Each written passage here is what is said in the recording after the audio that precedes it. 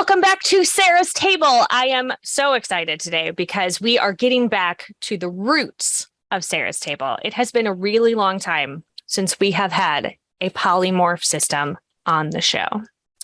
But in its original incarnation, Sarah's Table it was probably at least 50% polymorph games. So we are diving back to our origins, but we're doing it in a fun new way because we are using a brand new game that's using the polymorph system. And we're going to talk about it soon. But just as a reminder, in case anybody forgot, my name is Sarah Moore. My pronouns are she, her. I'm going to be your host today and your GM and your favorite person. And I'm going to remind you all to just have some water, because even though it is cooling off outside, that doesn't mean that you should skimp on the hydration. It's important. Take a sip. I have to pour it first. I understand. It's ASMR. We're having a little extra. Okay. So this game has been being teased to me for over a year, maybe longer. Maybe longer. But my good friend Adriel, who is here in this call today, and you're going to get to meet them in a moment, just said these magic words to me quite a while ago. They said, "Hey, Sarah, Nancy Druid." And my brain exploded into many possibilities. And finally, I have bamboozled her into being on the show. I don't think actual Nancy Druid is here today. Maybe. You never know. I get weird. I might bring Nancy in. We don't know. I know I'm not supposed to, but I do what I want. My name's on the show. Before we have all the fun, I'm going to do the good, important business of a safety discussion. Hi. Here on Sarah's Table, safety discussions are super important to me. I think it is what you do as a responsible gamer and game master and human being. It's important to know where everybody's lines are at the table. This forms trust. It lets you to be vulnerable. It lets you have a better experience. And hopefully that means that when your players leave, they're going to want to come back because they feel safe with you. And that's important. Here, you will never find sexual violence, violence against children, withholding food as punishment, or starvation. And also, we are avoiding for this arc or session, or maybe I'll make them come back. We don't know. Any violence against non-combative animals. This has been specified in that if a large, scary creature is attacking you, you can attack back. But if you're walking along and there's a dog, we're going to leave that dog alone. So, okay. I'm going to go around the table. I have two friends who are coming back to the show, and I have a friend who is brand new to the show. And so I'm going to start with our new player. So Christian, tell us about you. Hello, everyone. My name is Christian Stokes. I am a professional game master, and I run a company called Rough Magic.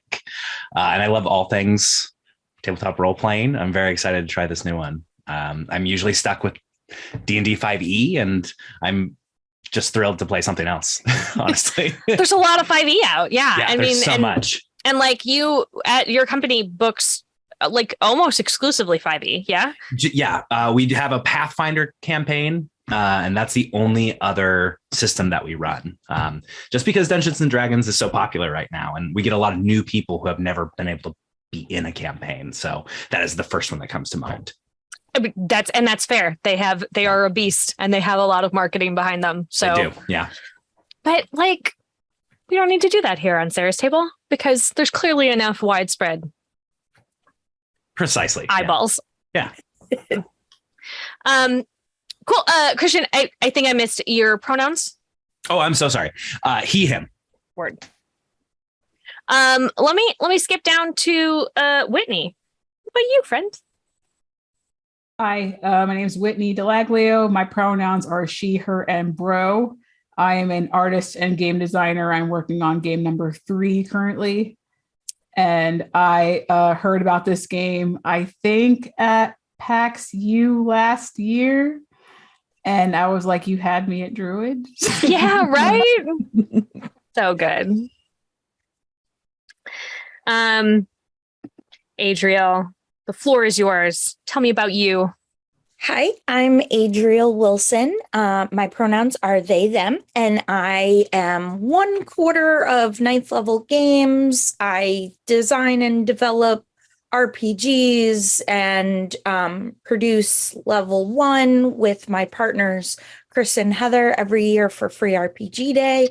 And I wrote this game that we're going to play, Nancy Druid, to be a companion to my game about princesses, The Excellence, and also the game that we have coming out this fall, Horseshoe Academy, which is a game about magical horses going to boarding school. So all of Love these it games so much. Oh my Yeah. God. They're all polymorph games. They're all set in awesome world so that you can be a princess and a druid scout and a horse all in the same game. Well, I mean, individuals could be. You can't be all 3 characters at once. That's That would fair. be difficult.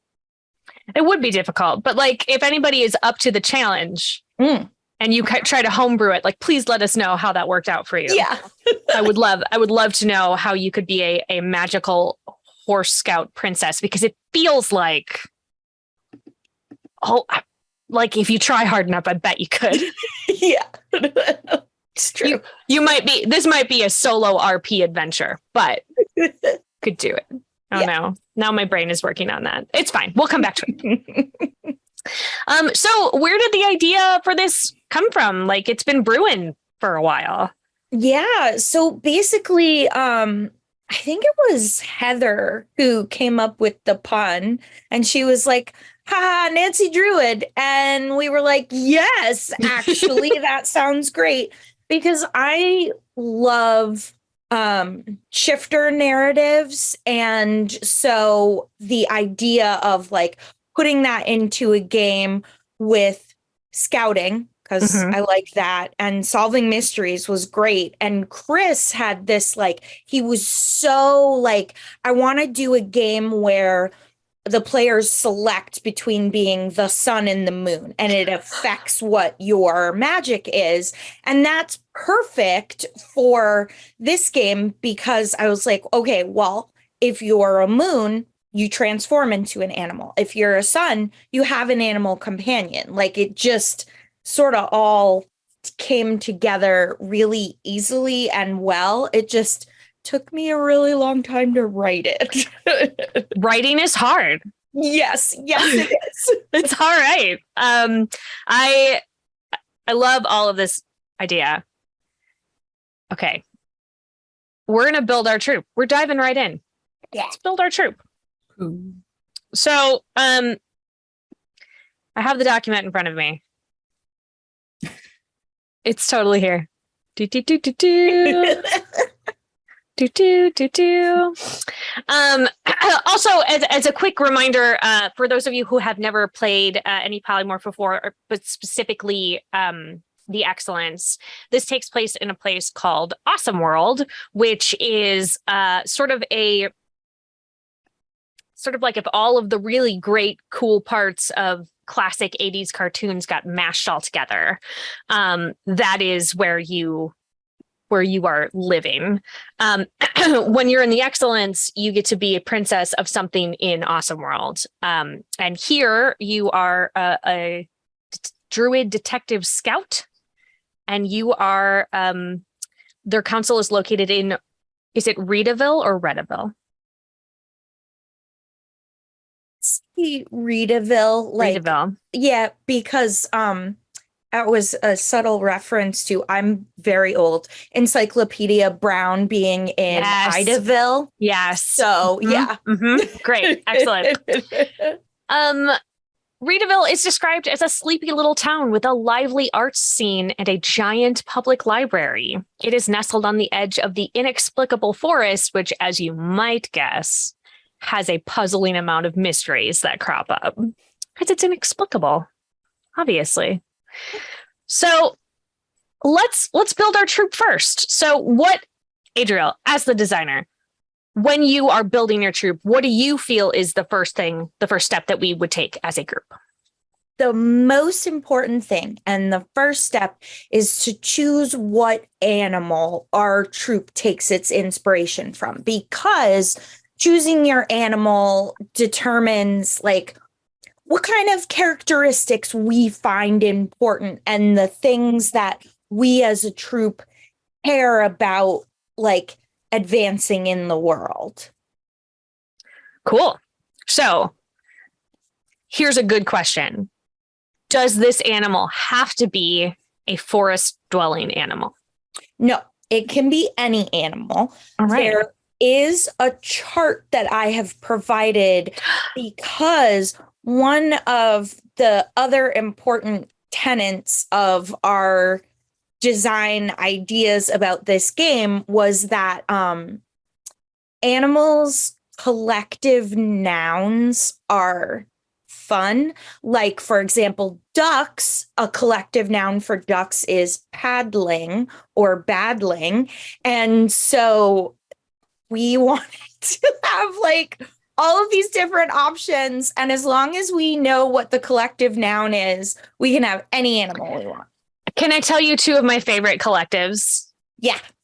So one of them is that a group of jellyfish is called a smack. So that's one of my favorites. And the other one is that a group of rhinos is called a crash. And I just think it's fascinating because it sounds like a small child, like whatever scientists, they like turned to their like 4-year-old and they were like, hey, what do you think a group of jellyfish is? And they were like, a smack. And that was the end of it. And I think that's probably how they named all of them, was just like one of the people was like, hey, small child, tell me what about crows though. A murder of crows. Yes. Yep. Maybe it was just like a very dark child. Like, you know? Also, ravens is an unkindness, which is very interesting. Kittens are an intrigue. Oh, I love that. That's so fun. But what animals are calling to the two of you that have been quiet during this part, Christian and Whitney? God, there's so many options. This is tough. Whitney, do you have any? What's the group of spiders called? Oh, Because they don't really collect. They usually like roll solo unless it's making babies time. A cluster or clutter? clutter is really interesting.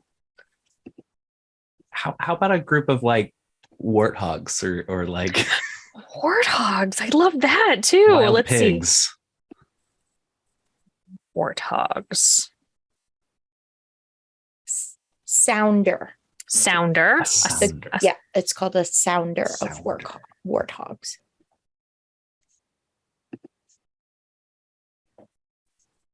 Oh, friends, I just discovered that a group of zebras is called a dazzle.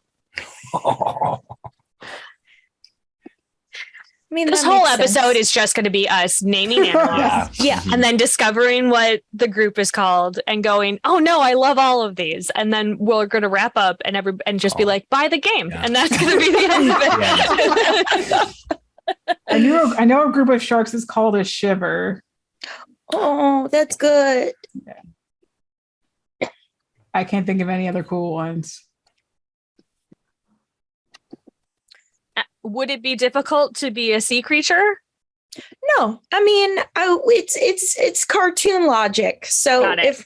if we're a sea creature, we can just be wherever we want. No water required.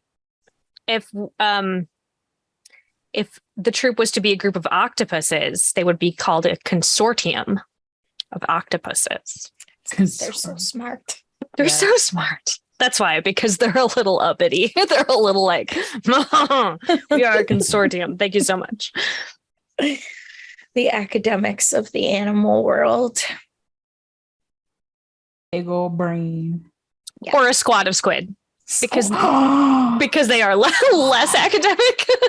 So they're like, it's practically our name. Just switch it. They wanted to be called a squid of squid, and then somebody was like, you can't just call them a squid of squid. And they were like, fine, I guess they'll be a squad. If I have to be. All right. Okay. I'm gonna make us narrow it down. Hi.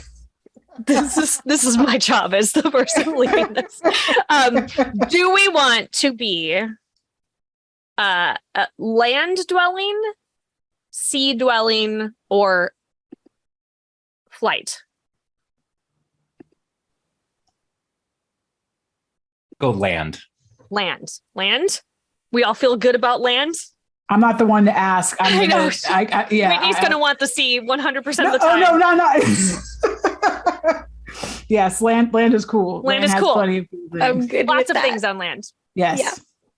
Okay. On land, are we like reptilian, mammalian? Just gonna keep narrowing us down. Amphibious. Nope, we have avoided water. We're That's avoiding true. water. We have taken that out of the equation. No water. No more water. just water to drink. Reptile, mammal. I mean, technically, bugs and stuff too. Like if we wanted to be like hypothetically Okay. butterflies. Okay. All right, I'll give you that one. Yeah. Reptiles, mammals, bugs and stuff is Bugs the third and one. stuff.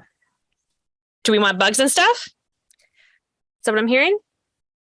No, I just like that you called it bugs and stuff. And stuff. But I'm good with all three categories. Oh no. Everybody's so agreeable. Someone have an opinion. Quick. What if we just roll a die? D6? Yeah. Let's roll a D6. And we are randomly assigned our category. Okay. 1 and 2 is going to be reptiles. 3 and 4 is going to be mammals. And 5 and 6 is going to be bugs and stuff. Bugs Okay. and stuff. Okay, we got a 4. Mammals. All right. Okay, good. We're narrowing it down. 18 minutes in, we know that we're a mammal. Doing great.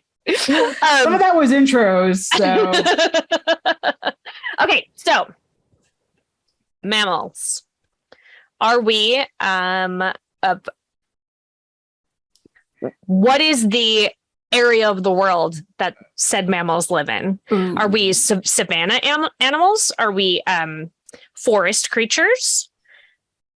Are we like Arctic creatures? Would carnivore herbivore be a better narrower down before we get to Sure, region? let's do that. Are yeah. we Vegisaurus or are we Metasaurus? All your words. I have not eaten enough vegetables in this past week because I was on vacation. So I think we should be veggie eating animals.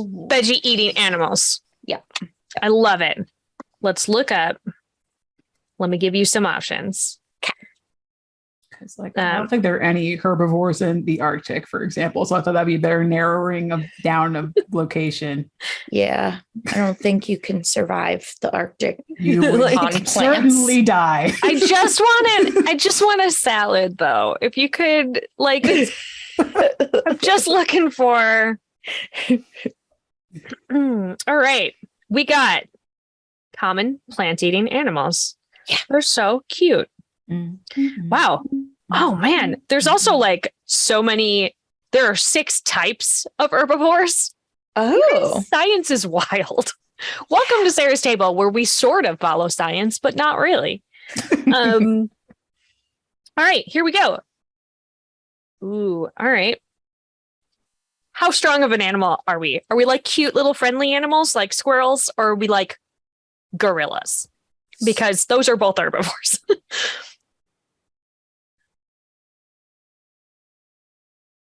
I mean, Christian? I'm leaning towards cute. I'm Cute? leaning towards high dex score. Herbivores, if there are any. Sure. I mean, all right, so we're gonna avoid pandas because they don't seem very dexterous. But like, so like deer, those are very dexterous and they are herbivores. Antelopes, beavers, goats. I love a goat. Love a goat. They have cool eyeballs too. Yeah. Good at climbing. Good at climbing, good at screaming. Yeah. Yes. Oh, God, that joke in Thor Some was some so of them are weird. fainting. Yeah, Some are like, great and at there's a bunch of fainting. different kind of goats, that are good at stuff. Let's see I what mean, Rammy's the best pet in Castle Crashers, so what is a group of goats called? badass. Okay, so Trip. there are a couple options. There's Mhm. flock or herd or tribe or trip. Trip. A trip of goats. Trip of I- goats. I like Trip because it's funny. It is funny. Plus, then we can really dive into like what sort of goat you either turn into or have as your best friend. Mm-hmm. Yes. Okay. All right. Yes. We're a trip of goats. Trip of goats. All right. Adriel, what do you think our next step is for organizing our troop? So our next step is to come up with 3 things that sort of exemplify the essence of goat. So like, for example, I have an example in here somewhere. I see it. I've got it. I can read Yeah. it if you'd like. Yes, For example, the troop in the book, it has chosen to be raccoons, and their chosen adjectives are adaptable, clean, and cunning. Yeah. So when you think of a goat, what word comes to mind? I mean, headstrong, figuratively and literally. Headstrong. I love that.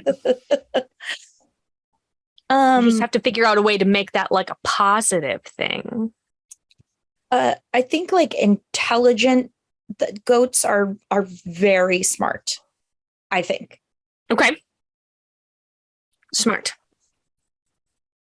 Christian? Hungry. Hungry. Yes. I'll eat anything. We'll eat all the things. I love that. Yeah. All right. So here is your pledge, everyone. I promise to be intelligent, headstrong, and hungry. To use my strengths, smarts, and skills to solve every mystery I can. To help my forest, my community, and awesome world. We are a trip of goats. Love it. I can't wait to see what sort of trouble you all get into as goats. Oh my goodness. All right. So I feel like our troop is all organized, correct? Mhm. All right. So now we get to build our characters. The section of the book is called Solving the Mystery of You, which I love. Thank you.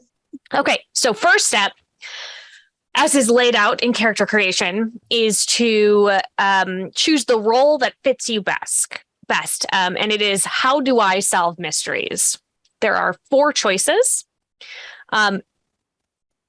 This game I can balance. So if all 3 of you were like, hey, we're all the same kind, that's totally fine with me. You don't necessarily need to have a spread, but it might be easier to solve some problems if you have an array.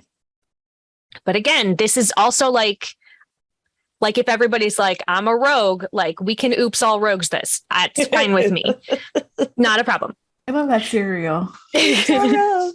Oops all rogues. Okay, so here are our options. I solve mysteries using my extrasensory abilities to intuit the answers. I solve mysteries using my perceptive abilities. I solve mysteries using my charm to get them talking. Or I solve mysteries using my strength and spunk. Oh man, next time we gotta play an animal with echolocation. Yeah. We're bats forever. Or dolphins. Or dolphins. Or hey, your goat could try to use echolocation. I would not stop you from doing that. They scream the a horns lot. Probably sense something. I would say so. Yes. Yeah. So which of those are calling to each of you? Can you repeat them, please? Yes. I got excited by echolocation. I'm sorry. Echolocation is a thing to get excited about. I understand. Extrasensory abilities to intuit the answers, perceptive abilities, charm, or strength and spunk.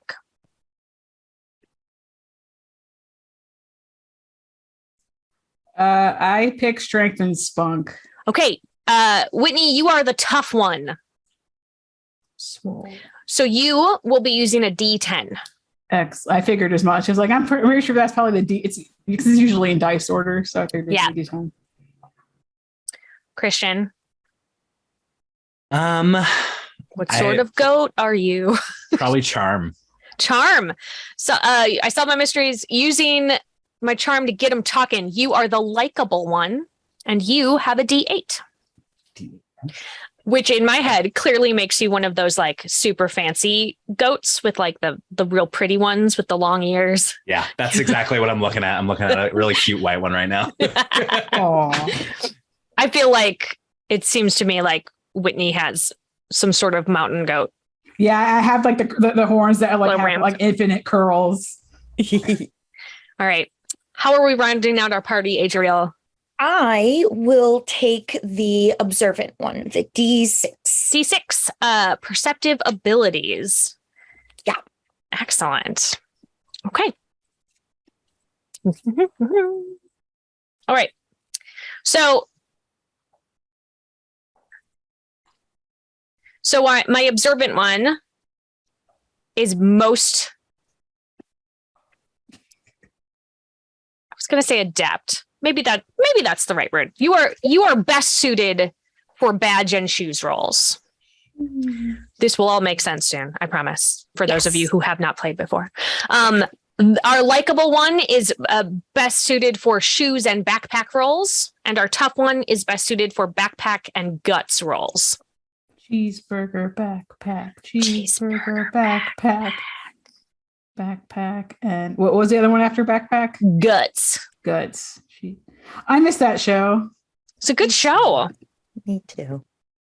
Everybody bring back Steven Universe, friends. Yeah. Bring it back. Okay. Ba-ba-ba-ba-ba. We've organized our thing. Okay, so here's a thing for you all to make a note of.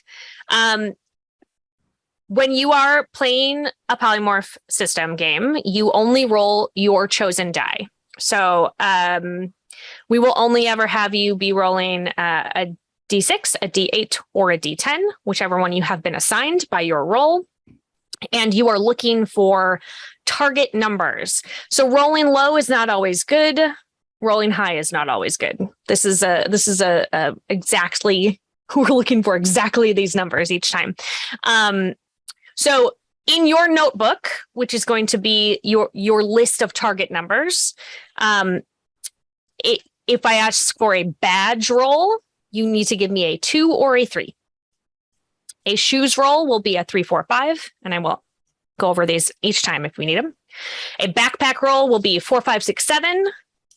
A guts roll is 5, 6, 7, 8, 9. For those of you with a lower die, that doesn't automatically mean that you cannot get a success on a higher roll or in a higher category. If you roll max on your particular die, you get a clue towards the mystery. And I'm going to double check on this because some polymorph games are different. Is rolling a 1 an automatic success in this game? When you roll a 1 in this game, your best beast friend helps you if you're a sun, and if you're a moon, that's when you transform. And solve it. Yeah. Something about being in your animal form helps you solve whatever challenge you're up against. Goats are very clever. Yeah. Speaking of which, so I feel like we should check to see if you all want to be a sun type or a moon type. Is that something that you get to choose, or is that dictated by what kind of die you have? Nope, you get to choose. You get to choose. So do you have a goat, or are you a weregoat? I'm going to start with Whitney. Do you have one, or can you be one? I am absolutely a weregoat. Weregoat! So you are a moon type druid. Hell yeah. Christian? Oh, you are muted. Sun. You are a sun type. You have a goat. And so who is your goat? My goat is Bootsy. And it is a very cute white small goat, like a baby goat with the long curly ears. It's a kid. Oh, does it have boots? Bootsy. Yes, it has boots. Yes. But by that I mean it's fur coloring. Looks like I love that. I mean, I feel like Whitney's gonna try to buy boots for Bootsy. It feels like that. Okay. That's okay. Assuming Bootsy doesn't eat them, it should work. I mean, that just means that she gets to buy more. Like, so win-win. Adriel, can you turn into a goat, or do you have a goat? I definitely can turn into a goat. Okay. So we got a sun and 2 moons.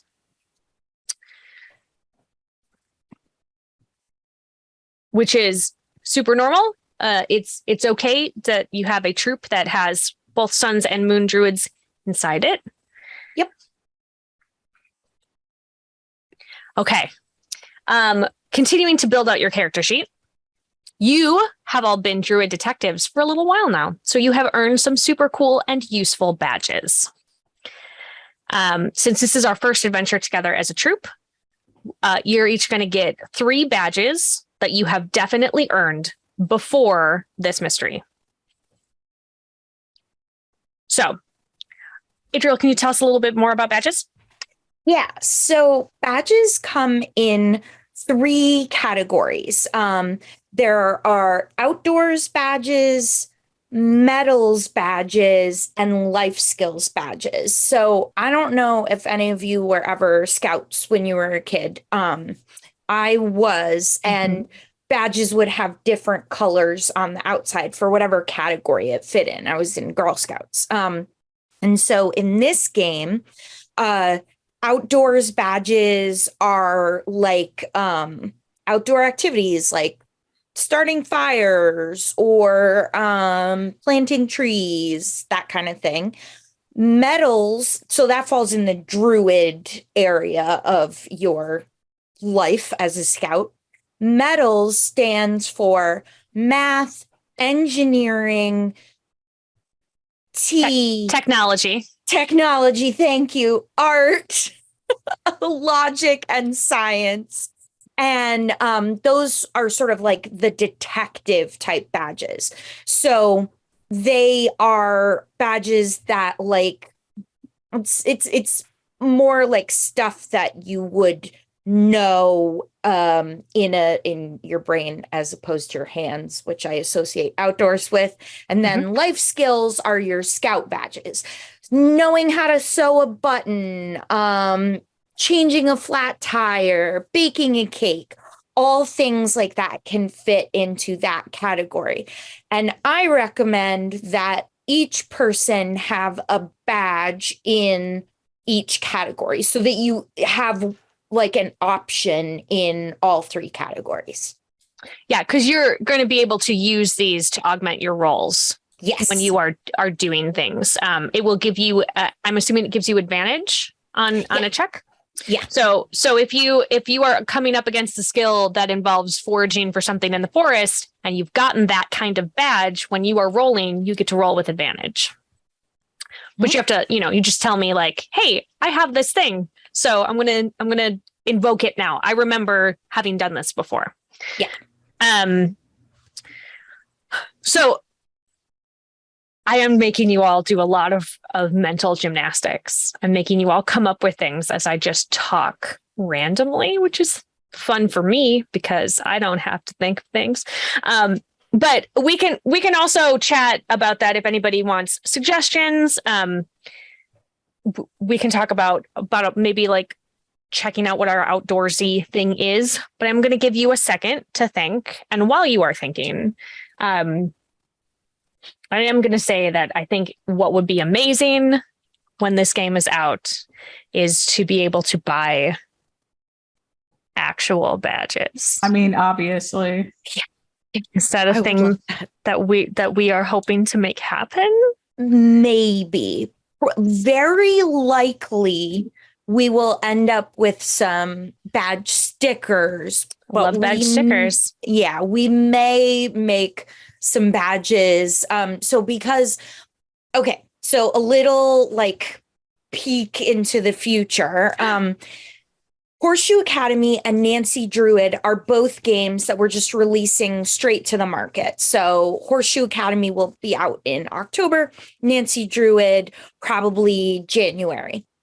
Now, once we've got all those games out, that will mean we've got 3 games set in Awesome World. Mm-hmm. We're probably going to set a couple more games in Awesome World with those, like, with exciting cartoon type things, maybe mermaids, who knows?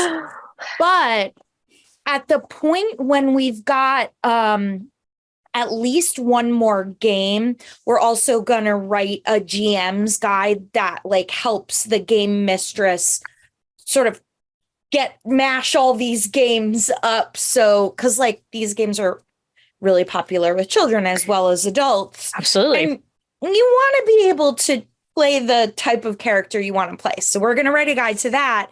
And at that point, that's when you'll see Awesome World products on Kickstarter.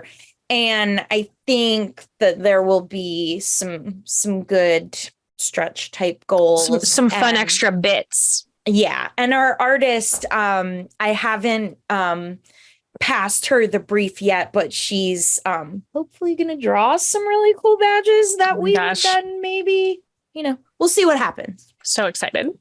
Yeah. What are the 3 badge categories again? Outdoors, medals. Medals is your detective stuff, and life skills.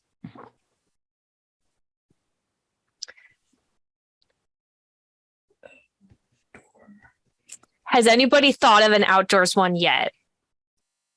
Yes, wow. Christian did it because he was not listening to us ramble, which is what is what happened. I think I would be proficient in like knots. For Bootsy. Yeah. Because Bootsy's always getting away. Yeah. So knots, that's my outdoor skill. That's perfect. I just gonna draw from my life experience because that's the kind of person I am. Mm-hmm. I definitely, my outdoors badge is in fire safety and creation. So like I can make a fire out of anything, but also they're very safe fires because fire safety is very important. Mm-hmm. Don't set off fireworks in the direction of your friend's house because then he'll get mad and assume that you're going to accidentally burn it down. Don't do that. Wow. That was specific. Yep. Great. Well, we will not delve deeper into that.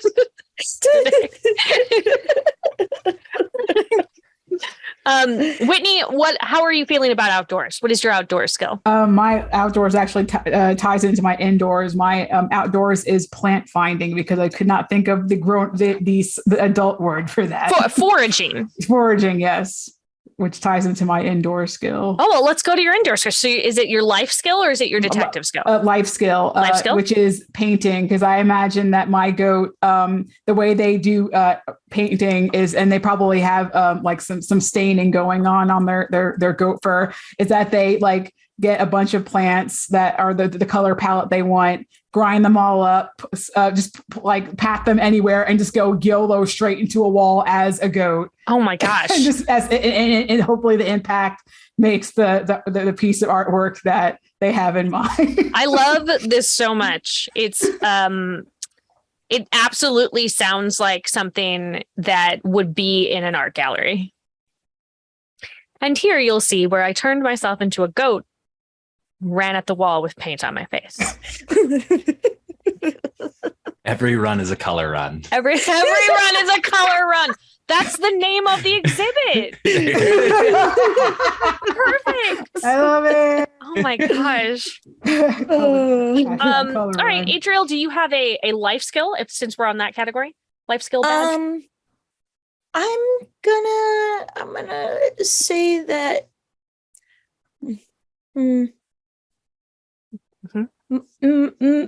We'll go with baking. We'll go with baking. Yep. Love it. I almost thought you were going to say bacon. And I was like, no, we're vegetarians. I mean, you can be vegetarian and still prepare meat. You can. Just like I'm very good at making bacon for other people. But baking, let's do it. Baking sounds correct, as that is what you actually said. Yeah. Christian, life skill. Oh, goodness. I've jumped the category. I know. You have, and I was thinking baking too. But you've already got it, so you have to bake the treats for Bootsy. It's true. So I am struggling a bit because I was not a scout. I was in 4-H, which is so cool. Which is more farmy. Yeah. So I don't know if it would be like. You know what? Would carpentry count for like a life skill? Absolutely. Right? Because I have to build platforms for Bootsy to climb. Yeah. Yeah. I love it. That's good. You can build, you can help. You can maybe also build canvases that are solid enough for your friend to run her face into. Yeah. Yeah. I do it on the side of mountains. There we go. It's like carves it out. And then you have to carve it out and mount it somewhere. Yeah. Well, then you would need something that it could be mounted on. Really stressing it. Absolutely. Yeah. Okay. So we're back to medals. Let me just, which is the detective one. I'm going to read the categories out again, just so that you all can remember. The M stands for both maths and magic. Then we have engineering, technology, arts, logic, and science. So anything detective-y, but also sort of mysticism-y. I know what I want for mine, if it's okay if I say it now. Hit me. I want to be awesome at codes. So like making codes and breaking codes and yeah. Yeah. Love that. Cool.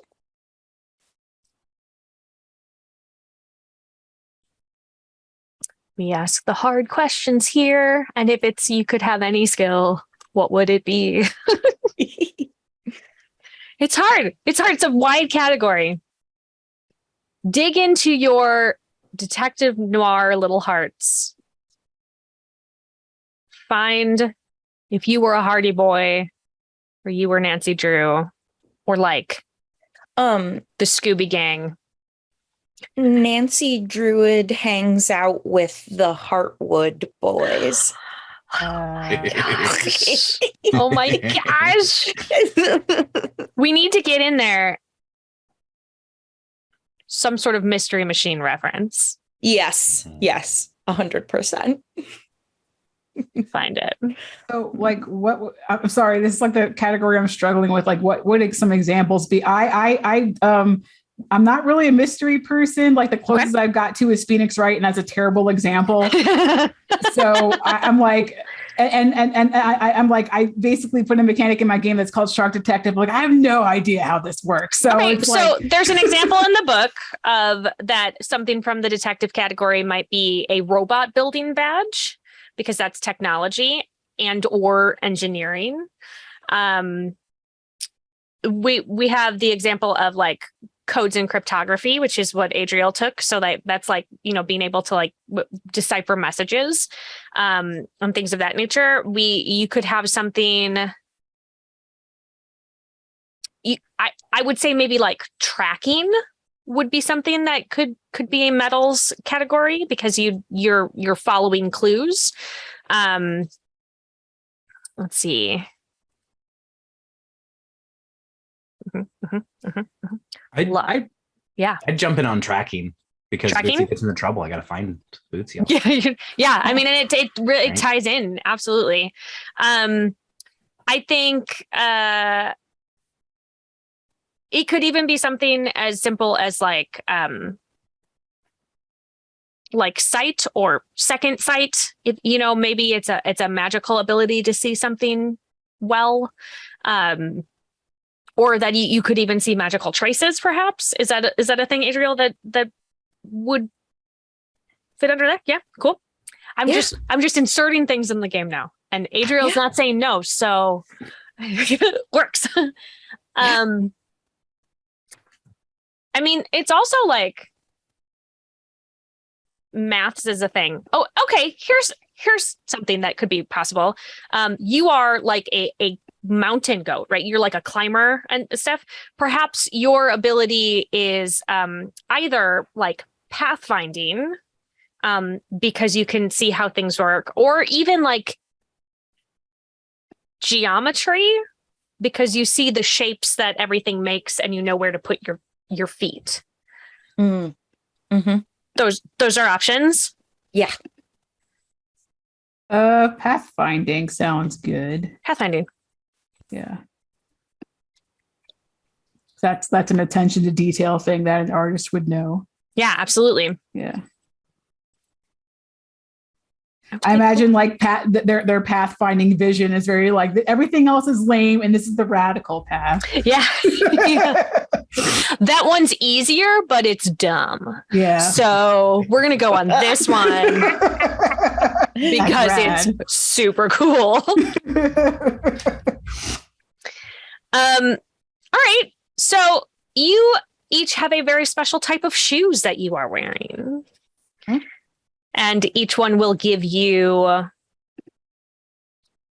sort of advantages or maybe disadvantages on things that you are doing, depending on what you are trying to do. We have a couple of options for you to choose from. We've got our transverse Snook sailors, your trusty canvas sneaker, comfortable, fast, sure, and durable. They give you advantage on rolls when you're trying to do something stealthy. You got your spikies, which are running shoes. They're the absolute best. They've got fast filaments built in to help you run your fastest. Also great for other sports. They give you advantage on shoe rolls when you're trying to do something specifically athletic. If you're going to just do something. You can't come after me for copyright. I've changed enough. Yeah. We've got our horse girl boots. Mm-hmm. For every scout who's ever loved a horse, unicorn, or Pegasus. Also, the official boot of the Candian Mounties. Yeah. I'm so proud of that one. It's so good. It's so good. You should be proud of them. I love them. This whole, listen, we love puns here on Sarah's Table, maybe more than most people do, to the point where sometimes I will say puns and I'm like not in the right group of people. And they're like, stop it. Those people are wrong. They're wrong. Listen, everyone at home, wrong. I have a table rule. If you make me angry at you for a pun you make, you get inspiration for the rest of the session. Yeah. Like, that's important. That's good stuff. It has to bring hate from me, though. You have to be like, oh no. Yeah. Like, why? Yeah. All right. Inspiration. Yeah. Jerk. Anyway, horse girl boots, tall boots, great for riding animals who are willing to carry you, cleaning up big messes, and looking official. They are practical and they also make you taller. And then you've got your Proctor Martens. Pines are boots made for the woods and doing outdoors things. You can hike, climb trees, and wade through streams wearing these boots. They give you an advantage on shoe rolls for woodsy, outdoorsy things. So you each get to choose a shoe. You can all choose the same kind of shoe. I don't know if maybe your trip of goats has like an official shoe of your troop. But how are we feeling? Horse girl boots. Horse girl boots. It seems right. That's what I'm feeling. That's going to give you advantage on doing things that you have to be agile for. So and I'm not going to remember what each of you have. So it is absolutely up to you to tell me that what you are using to have advantage. Yeah, sorry, one more time. That gives me advantage on what did you say? Doing something that requires agility. Okay. And you can always say, hey, can I use my shoes for this? And if you have a good enough argument, I'm probably going to let you use it. Cool. I am going to go with Proctor Martens. Proctor Martens. Yep. Climbing, hiking, woodsing. Yep. I'm probably gonna pick the spikies because it's not quite woodsy. It's more like running horizontally up a mountain, and that's like the only thing that I do. Yeah, sounds good. Horizontal. I mean, vertical. Horizontal's this way. Vertical mountain climbing. Well, you could also use them to Yes. to run horizontal as well. Yes. They don't stop working. Only vertical. Only vertical. I have to be vertical at all times. Well, in that case, yeah. Excellent. Not until Okay. forward where you're running on the side of a mountain. Just Upside down. Just like you have to do it this way because you don't want to. Wire fooing all the time. Okay, so you have a good trusty backpack with you with all kinds of useful stuff in it. String, gum, a journal. You're going to be rolling that when you are engaged in conflict of some kind. So there are a couple of things that okay, Adriel, question. Mm-hmm. Mm-hmm. Does everyone have to identify what they have in their backpack prior to play? Or is this like, if you roll a backpack and you succeed, then you can tell me what you have found in your backpack to do it? It is the latter. It is the latter. Yeah. So you basically, like, if you succeed, you just have to say, oh, like in my backpack, I have X, and that, helped me in this combat situation. But you don't need to determine it ahead of time. The reason that we determine badges ahead of time, and also have a cap on the number of badges that we can have, is that I played a game with some wonderful folks this summer, and I had just had like no limit. Uh-oh. And they just rolled all over me as I the bet. GM, because I was like, oh yeah, you can essentially use this to do whatever you want, and maybe I should fix that. Maybe we should put a touch of constraint on you. Just a little, as a treat. Okay. It's just a little constraint as a treat. Yeah. Cool. And then there's guts. You know what's right in your guts. So what is in yours? So do we want to... Oh, we have this lovely guts word chart. So if you are familiar with the excellence, basically guts is the equivalent of heart, and it's like that driving force, like that makes you the person you are, but also has mechanical use. Okay. So we have the option, I would say, of rolling on this chart. It's a D100 if you would like to roll, or I think you also have the option of just like choosing a word if you have some sort of guts guide word. You know, how do you follow your gut? So would you like to roll or would you like to choose? Each of you may choose differently. It doesn't have to be all the same. I have a word. What is your word? Thorough. Thorough. I like that. Yeah. My stomach also liked it. I don't know if the microphone picked it up, but it had a lot to say. It was like, hey, listen. Yeah. Christian, would you like to roll or do you want to? I'll roll. Okay. Give me a D100 roll. That is an 18. 18. Oh, this feels correct for you. It's cooperative. All right. Yeah. Yeah. You and Bootsy always cooperating. Yeah. I feel like you are doing more of the cooperating than Bootsy is probably. Oh, certainly. But I'm good at convincing him to be cooperative. listen, Bootsy.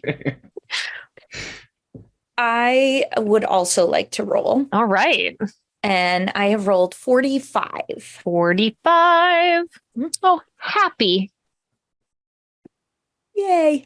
It's kind of fitting. Yeah, sure is. Just goofy and earnest all the time. Oh, I love this. I'm going to write it down. All right. Great. So, when you roll max, is it still called a crown? It is a clue. Clue. So when you roll max, basically, you as the GM give an appropriate clue, appropriate based on what type of scout we are. So like if one of us was the spooky one, right? Like the clue would be something spooky related, that kind of thing.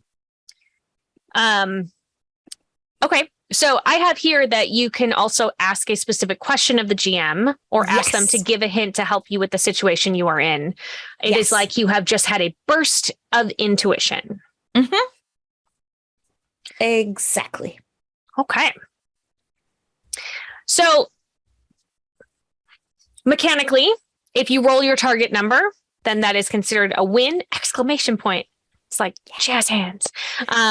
You get what you want. And you get to tell me you have narrative control of the scene. So you get to tell me what the outcome is of that roll.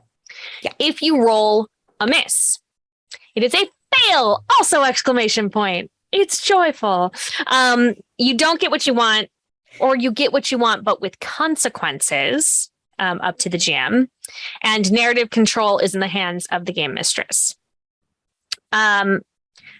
Hopefully, there's a note here that says, hopefully the troop will learn something from this mess.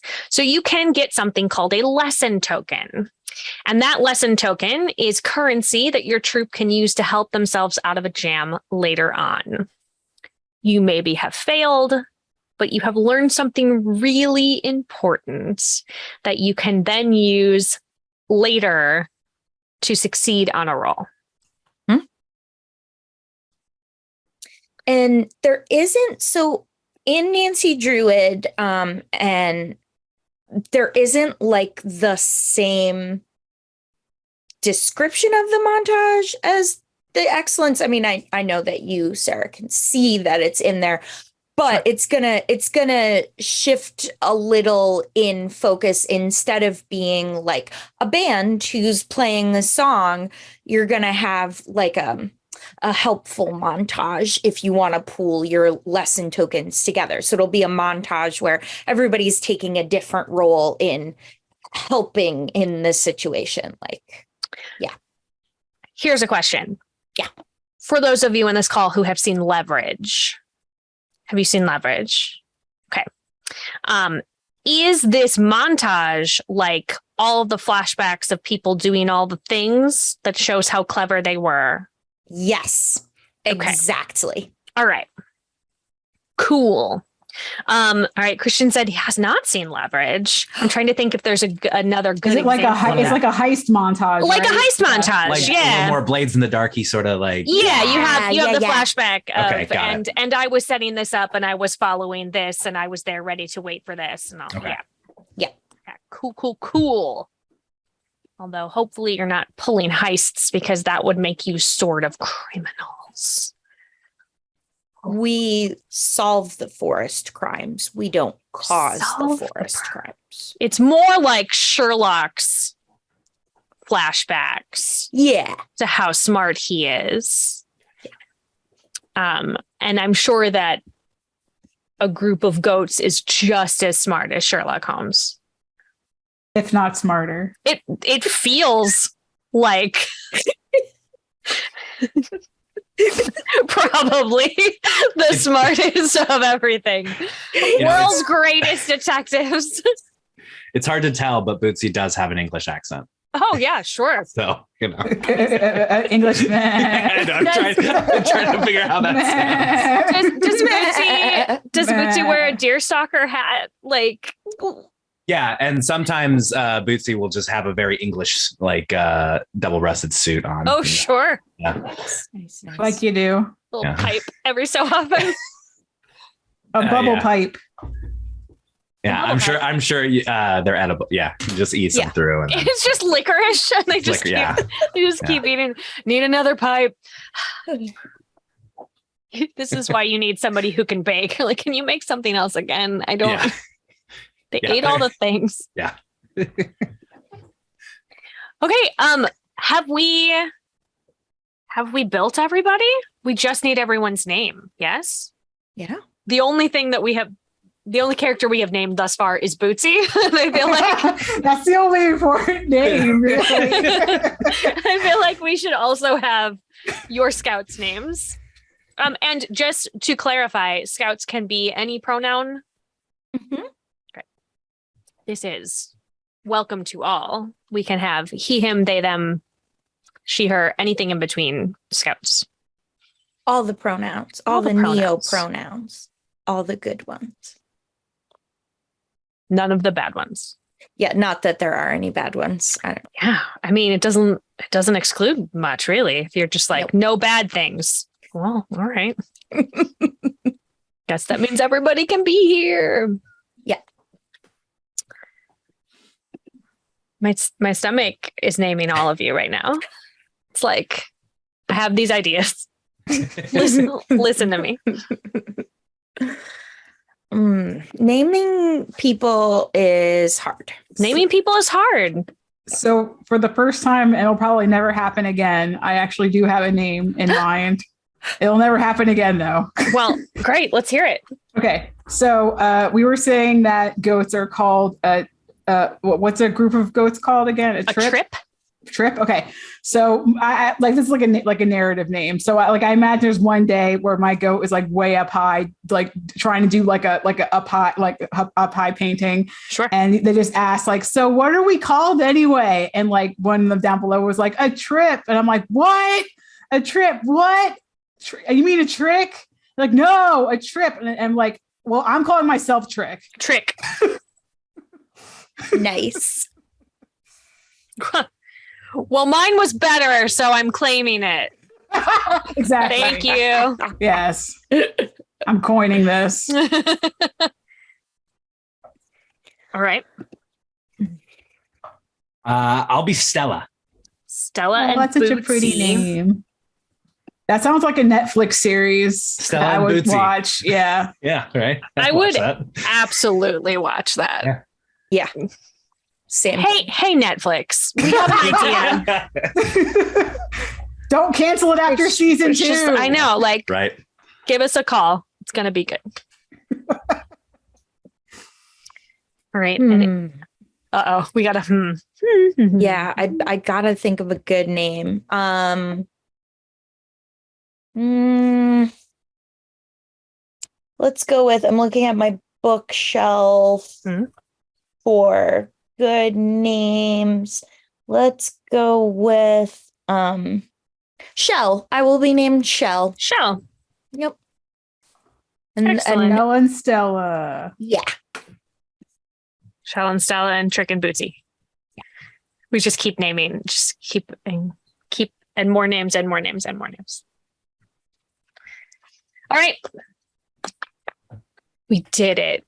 We built our people. Did I miss any steps? Oh, Trick's pronouns are he, him, and bro. He, him, and bro. Yes. Okay. Shell's pronouns are they, them. And Stella? And She, her. She, her, and is Bootsy? Who is Bootsy? Bootsy accepts anything that is respectful. Perfect. Lord Bootsy. Lord. Yeah. Acceptable. Lord Bootsy. Respectful. Absolutely. I mean, that's I not, love is that it. a pronoun? I don't think that's actually. That's I feel like Bootsy is from a long line of like perhaps barons. I mean, syntaxes are the ultimate pronoun.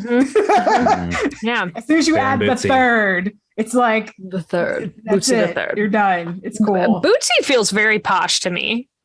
Baron Bootsy the 7th. Seventh. Yeah, there's a lot. Wow, Very long line. that's a family tree right there. Yeah. I have a question about Bootsy. This whole listen, this episode has become it's very Bootsy focused, and I love it. I'm here for it.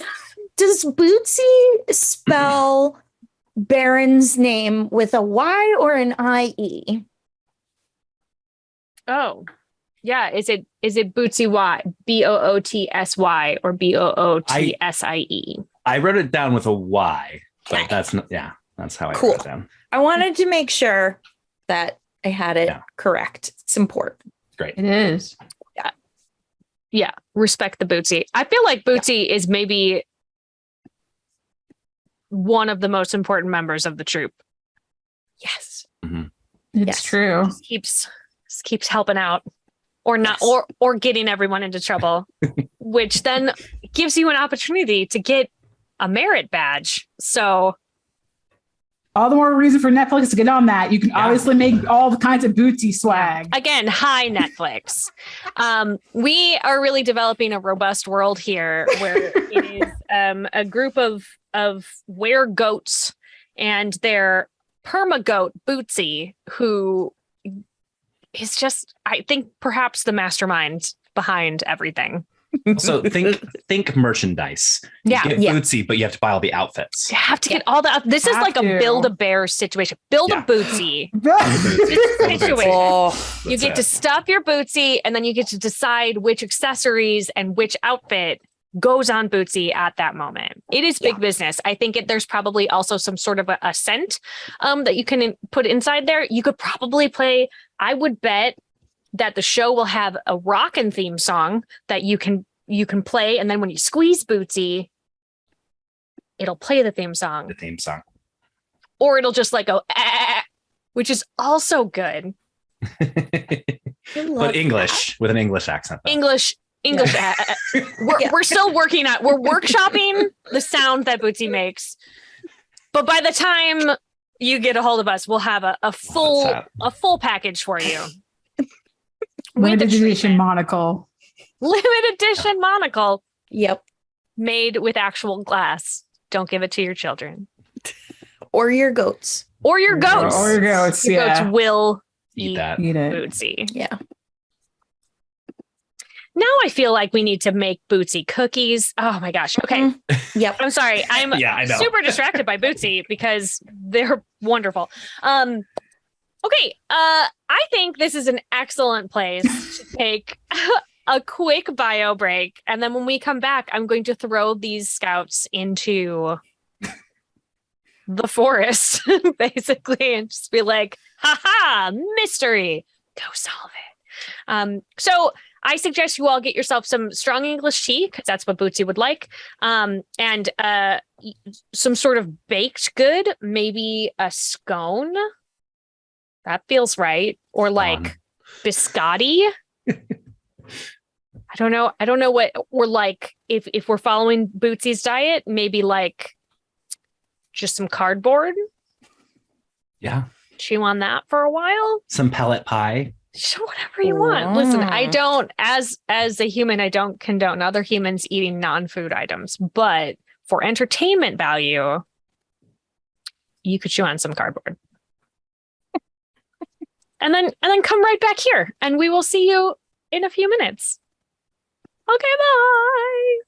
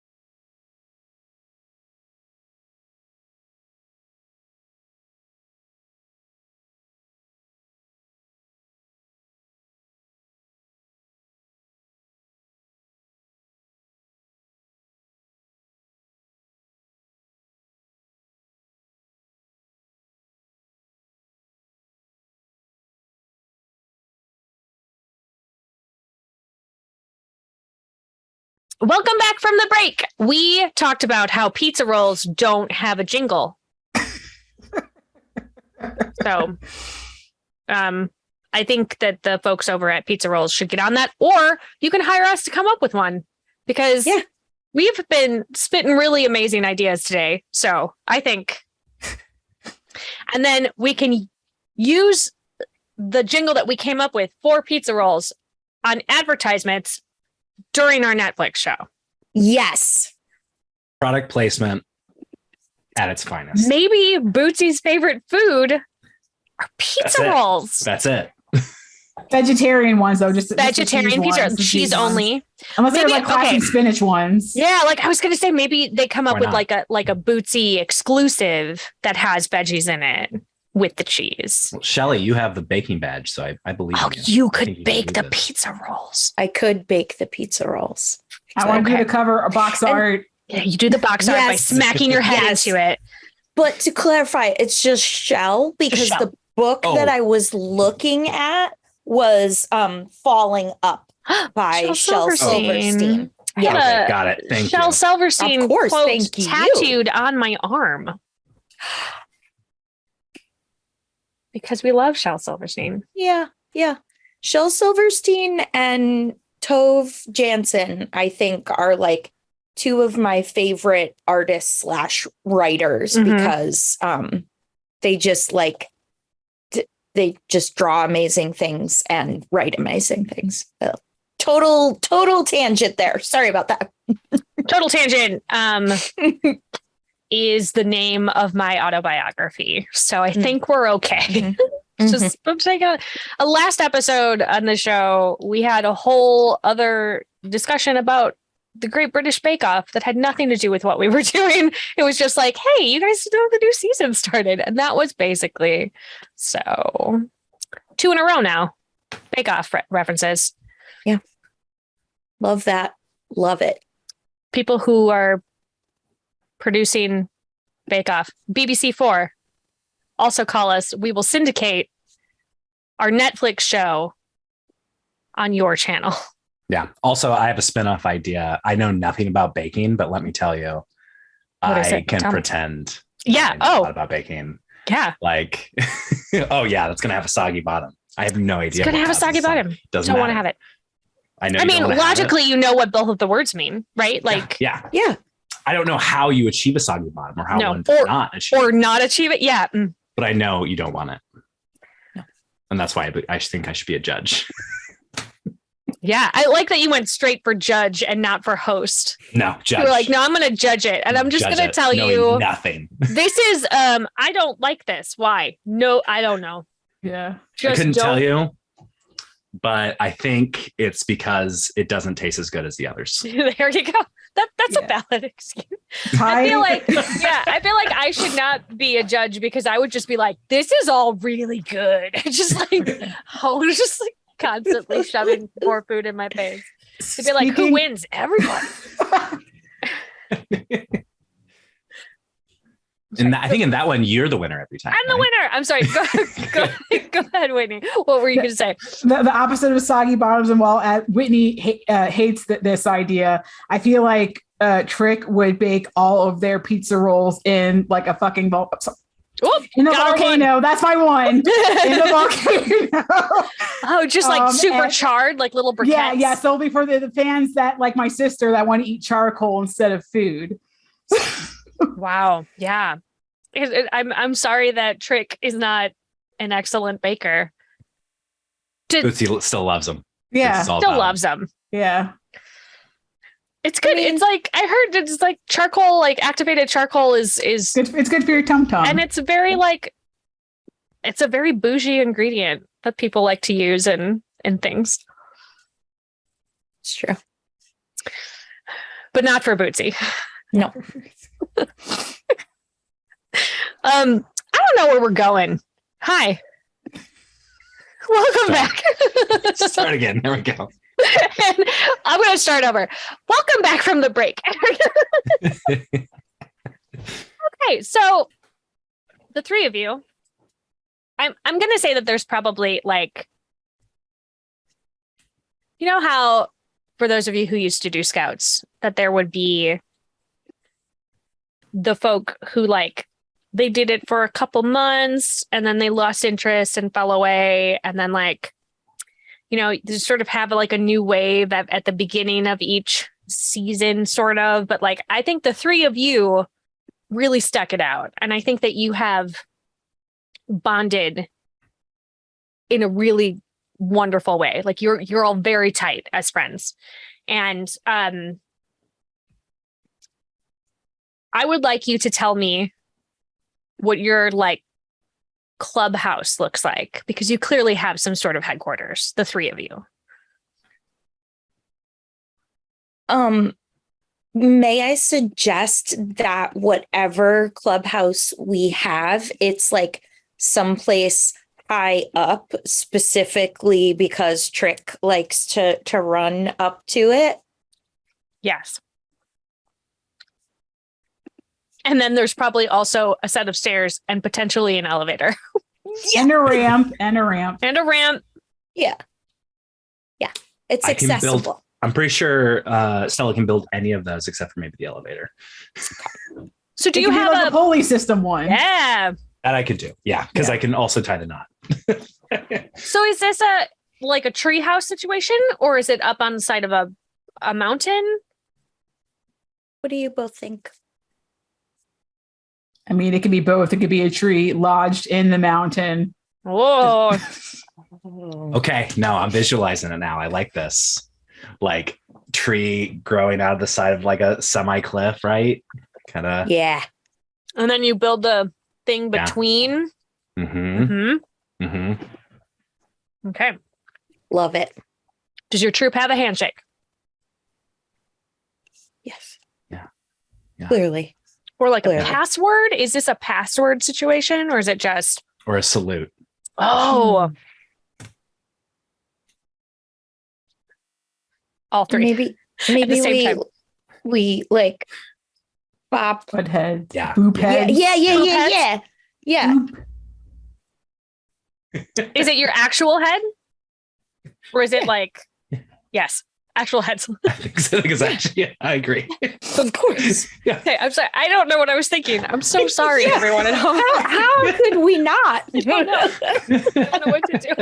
Apologies. All right. So the three of you are gathering. I assume that Trick is just running up the side of the tree / mountain to get up there. Stella, do you like the elevator or the ramp or the stairs? Which do you take to get in? Sorry, go ahead. No, I was going to say Bootsy probably. Yeah, Bootsy can probably climb up the side willy-nilly. But do they? Or is well, this like a put me in the elevator situation? Well, it depends on Bootsy's mood. Is Bootsy in a good mood today? Is he in good mood? I think today they're a little cuddly. So I probably carry them up the stairs today. Oh, Aw. lovely. And Shell? Later Elevator? this time. Yeah. That's fair. Yeah. So the three of you arrive in a true like characteristic fashion. You all show up together and do your greetings. And sitting in the middle of your headquarters, like in like a shaft of celestial lighting, almost highlighted, is a clear bottle with a message inside. Oh. Just appeared there. That's weird. Yeah.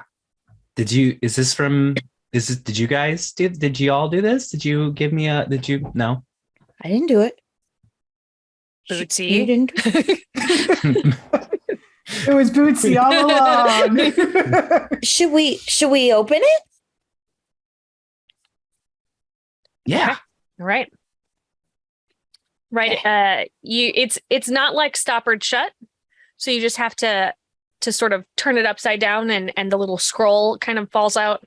And when you open it up, there's a lot of smudges on it.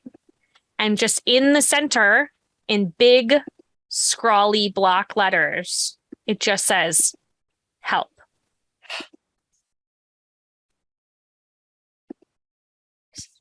Somebody needs help. We should help them. Yeah. I'll show it to Bootsy. Bootsy immediately tries to eat it. No, stop. No. Bootsy. I will give a pipe cookie. Pipe cookie. That Shell made to Bootsy instead. And hand the help letter. Fine. But how are we gonna know who do we need to help? And what kind of help do they need? It's not specific. Do they need emotional help? Are they stuck in a tree? Do they get lost? Are they hangry? All terrible situations to be in. Yeah. Do I happen to have maybe like a microscope in my backpack? Or not a microscope, magnifying glass? Magnifying glass. That feels correct, but I am going to have you roll me a backpack check, and then we'll see what you're able to find. If Bootsy didn't eat it or not. Yeah. So everybody does have a magnifying glass, but yes, roll. Okay, great. Yes. Roll, but we'll see if it might be buried somewhere. So we're looking for 4, 5, 6, or 7. Yeah. 4. 4, success. You find your magnifying glass and tell me what you are looking on, and I can let you know what you find. I'm seeing if there's anything else that we're missing, maybe smaller on the paper. On the paper? Yeah. Yeah. So there are, as you're looking over, there are several different kinds of substances in the smudges. You can identify 3 different kinds of smudges. Okay. I'll show everyone other than Bootsy. Immediately. I feel like it's different. It's all other things. I don't know what it is. I don't know. Could I maybe identify some of those things because I am great at baking? Yeah, I mean, this feels like, all right. So I'm thinking this is identifying, which is sort of a brainsy thing, which is, I think, your badge. Yeah. Mm-hmm. Okay. Yeah. So you will be rolling with advantage, and we're looking for a 2 or a 3. Okay. I got a 6 and a 1. So and you are a D6, correct? Yeah. Okay. Wow. So you get okay. Well, here, I'm going to let you choose. You can either have a clue or you can turn into a goat. I immediately transform into a goat and start sniffing this note. Great. One of the substances you can tell right away is like crushed up candy. Oh, candy. Okay. You don't eat it yet.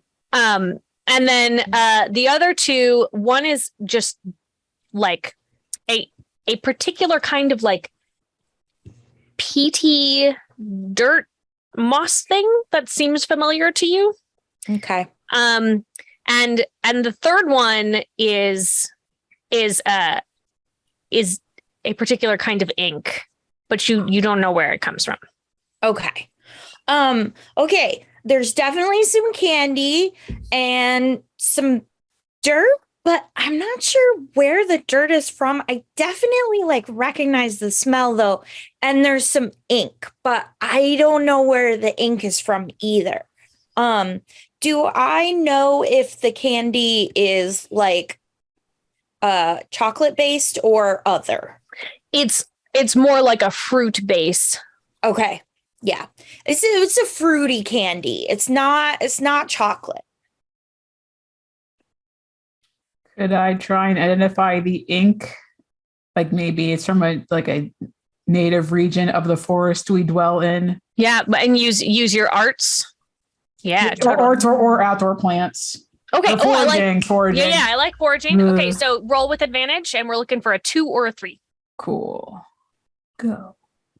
I rolled a 3. You rolled a 3, success. Okay, so now that you're looking at it, this is very familiar to you. You have actually used this ink before in a series that you had done earlier. You went through sort of like a Rorschach phase, and you needed this important ink. You ended up not wanting to use it because it stained really badly, and I could not get it out. Could not get it out. And it is at the base of the plants you need for it are at the base of the Candy Mountains. Well, that makes sense. This is from the Candy Mountains, y'all.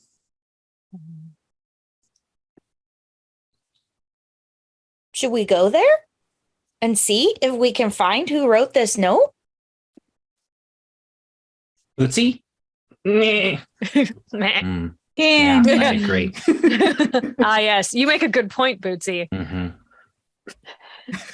Sorry, Bootsy said no, we can't. Thanks for coming, everybody. No. Sorry. Let me translate. Bootsy just suggested we pack a lunch. Oh, Good idea. Or lunch candy. always thinking with their stomach. It could be candy. I'm not your mom. You can do whatever you want. Can we get candy there? Yeah, I mean, we're going to a Right? place where you can get lunch. The mountain. So I think veggies, and then buy the dessert when we're there. Yes, we definitely should pack some carrots and celery and all kinds of veggies, and maybe some hay. I think would be a good idea too. We advocate for a balanced diet here on Sarah's table. We'll get some alfalfa sprouts, and that covers everyone. But we Yes. also advocate for candy here on Sarah's table. So can't wait. We're going to get there, and you're just going to lose Bootsy because you're just going to lick the mountain for like Candy Mountain, Charlie. yummy. Okay, so I'm gonna have everybody please roll me. I need one more bad check from everybody. So we're looking for a 2 or a 3. Nope. Okay. 3. Okay. Also 3. Okay, so Trick is already ready to go. Like maybe even trying to leave currently. Just like we said we were going. There's going to be candy at the end. I'm leaving now. Shell and Stella, perhaps the more level-headed ones of the troop. Possibly because you're not constantly banging your head against a mountain. You think maybe I should look at the bottle before we go. And since you guys both had this idea and you both succeeded, I'm going to say that not only do you think to look at it, but as you are looking at it, there is along the bottom of the bottle, there is like what looks like several symbols etched into the glass, like along the base in like a circle. Can you read these, Stella? I don't think so. They're, I mm-mm.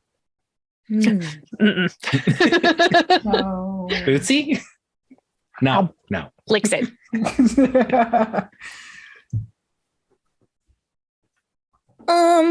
Maybe we should take this with us. And Yeah, I think that's a great idea. Great. You go outside and Trick is like at the base, just head run down the mountain and he's like, yo. Give us a chance to catch up, Trick. So, which of you, Trick clearly has been to the base of the Candy Mountain before because they got the ink. Have either of you been to this area? I don't think, no, I wouldn't bring Bootsy there. It'd be bad for his stomach. That's My- Their teeth. and their teeth. And my parents don't let me have as much candy as I would like to have, even though I'm an expert baker. Sure. You're always giving it away. Yeah. That's fair. Okay, so that means, Trick, it's going to be up to you to find the path there. Lucky for everyone. You're an excellent pathfinder. I'm going to say that this is probably a shoes roll for you to identify where you would be putting your feet. You may roll with advantage because you are using your pathfinding ability. So you are looking for a 3, a 4, or a 5. I got a 5. A 5. Okay, you That's have mapped out. advantage. You have mapped out the route to get you there. It's not an easy walk. Like, you are going to the base of the Candy Mountain, which is a particular mountain in sort of the middle of the range. And it's, as always with your pathfinding, you don't necessarily find the easiest way. You do find the coolest way to get The there. path that rocks. Yeah, the path that rocks. And so you have laid it out for them. I mean, this could even be a situation when you are describing your path. Do you just verbally describe it? Do you like etch it in the dirt? Like how are you conveying to them best way? I feel like it's a verbal description, but it's like Trick is enthusiastic mentioning all the hard parts, just like in Guts the show. Like, Yeah. it's gonna be awesome. There's gonna be like a bunch of jagged rocks. Like it's an unbeaten trail. The canopy you can barely see because the canopy is so high. It's gonna be so dope. It's gonna be awesome. Okay, well, I think everybody should give me a shoes roll to get through this path that Trick has shown. You can let me know if you feel like the shoes you are wearing would give you advantage. Yeah, I feel like the woodsy shoes would definitely give them Woodsy's advantage, definitely, yeah. Yeah, I think so. But I do think that Trick, just to do a comparison, they do a drawing of the lane path, and they make it very clear that path is going to take like twice as long. Okay. So I'm making it's like, yes, this might be difficult, but giant swirly line. 5 years later, we get there, lane path. And then like immediately All like right. brush it away. Like, no, it's even gone now. I don't know. I think if Bootsy is feeling up to it, I'd let Bootsy carry me for a little bit when I inevitably get tired of walking. Well, that's nice. That's Aw. great. Goats are very good at navigating paths, so that should be okay. Yeah. I would like to not use my advantage because before Witty said probably that type of boots would give advantage, I had rolled a 1, and I love the idea of goat form to take this path. Yeah. That's great.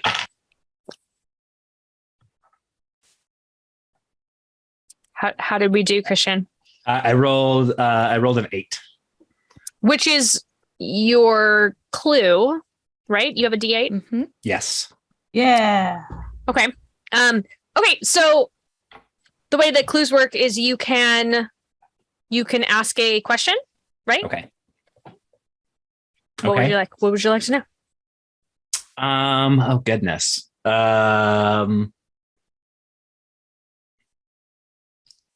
I guess I could ask if there's if this, the trail we're taking has been used by anyone else recently, or if there's any clues to the path we're taking specifically. Yeah, you see. So this is not an easy path for you. Specifically, I think that you of the group are the least athletic, just in general.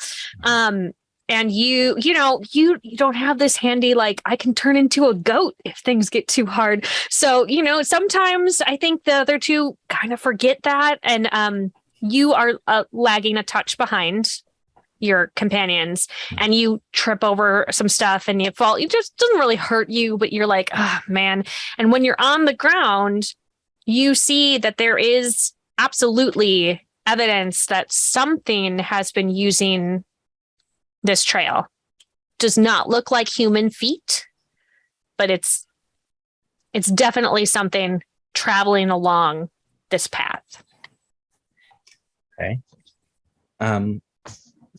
Bro, who knows about this path? I imagine I'm on Bootsy at this point. I'm just like, you're just like, oh man, just get back up on. Trick, is this like a path that's normally used by things? I mean, people that are awesome. Okay. Are there not people that are awesome that take this path? What? Sorry, let me I'm tired.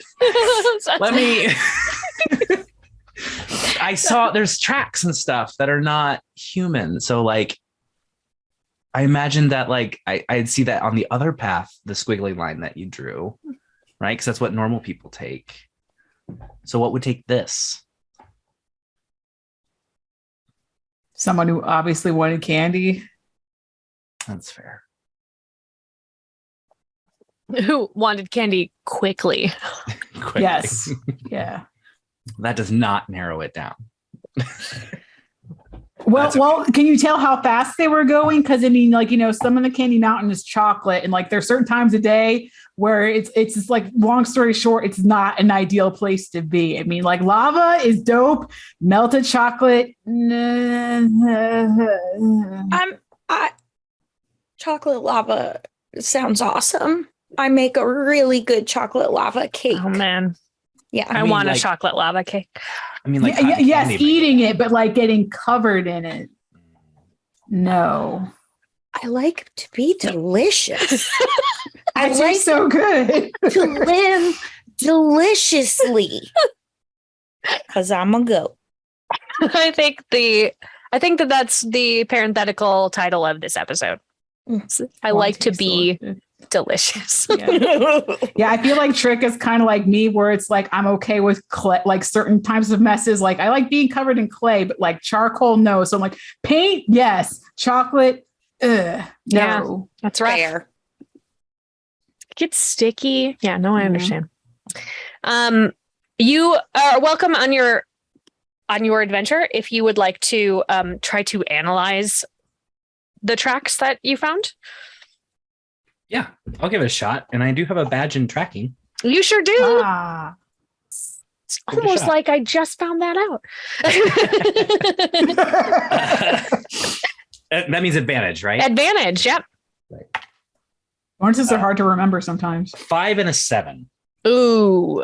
Okay, so you are fatigued, I think. This is like, you're very winded from being on this path.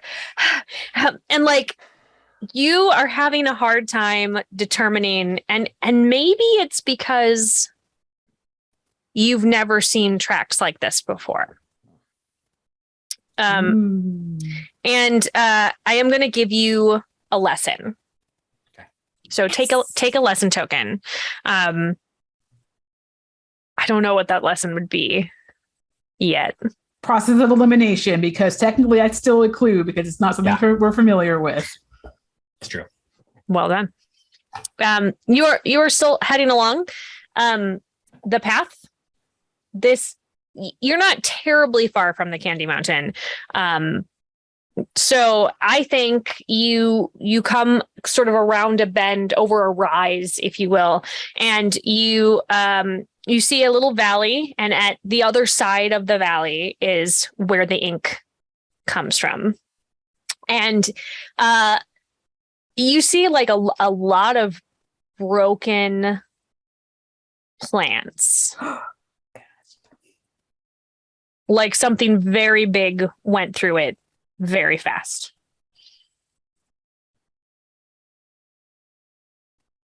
Someone was really in a hurry to get that candy. Dang. I mean, you have to be if you take that path. It's true. Why would anyone do this to themselves? Trick's like, this is the best thing ever. You guys are like, why? Why? Just walk there on the other path. Because stop for lunch on the other path. What do we know that's Picnic. big? Maybe an elephant? Elephants are big.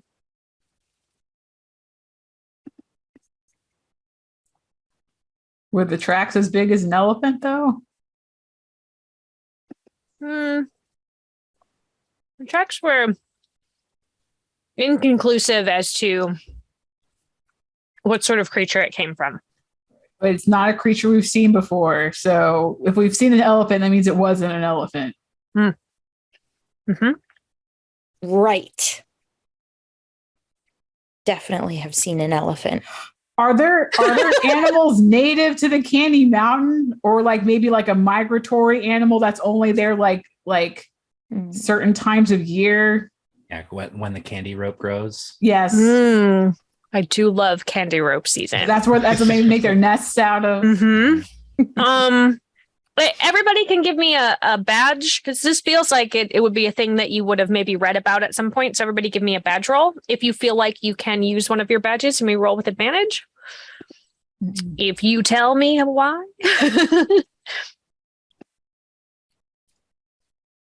I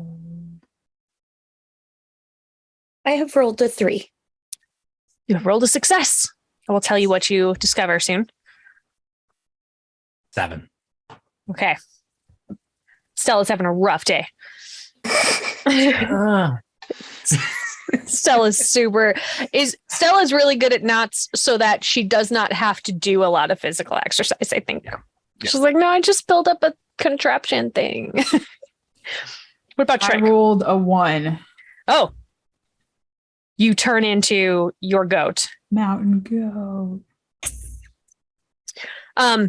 Okay, I'm gonna resolve Shell first. Shell, you remember reading that because the Candy Mountain is like completely candy, that there actually aren't any creatures that are native to it.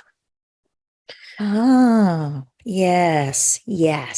Lots of things come visit it because it's delicious, but nothing lives there year round.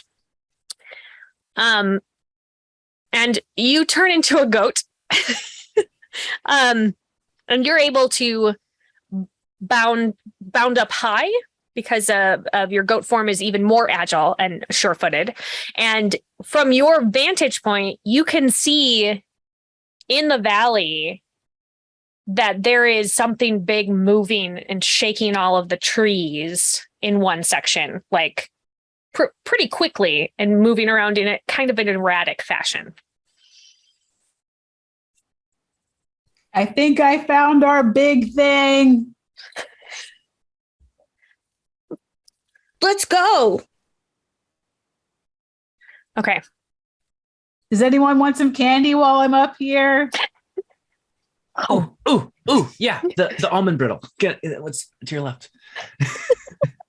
Candy break. We're going to take a quick candy break. Just yeah. I want some nougat. Yum. Some choices. All right. Okay, so we have an option. You're at the top of a rise. You can take the fast way down or the safe way down.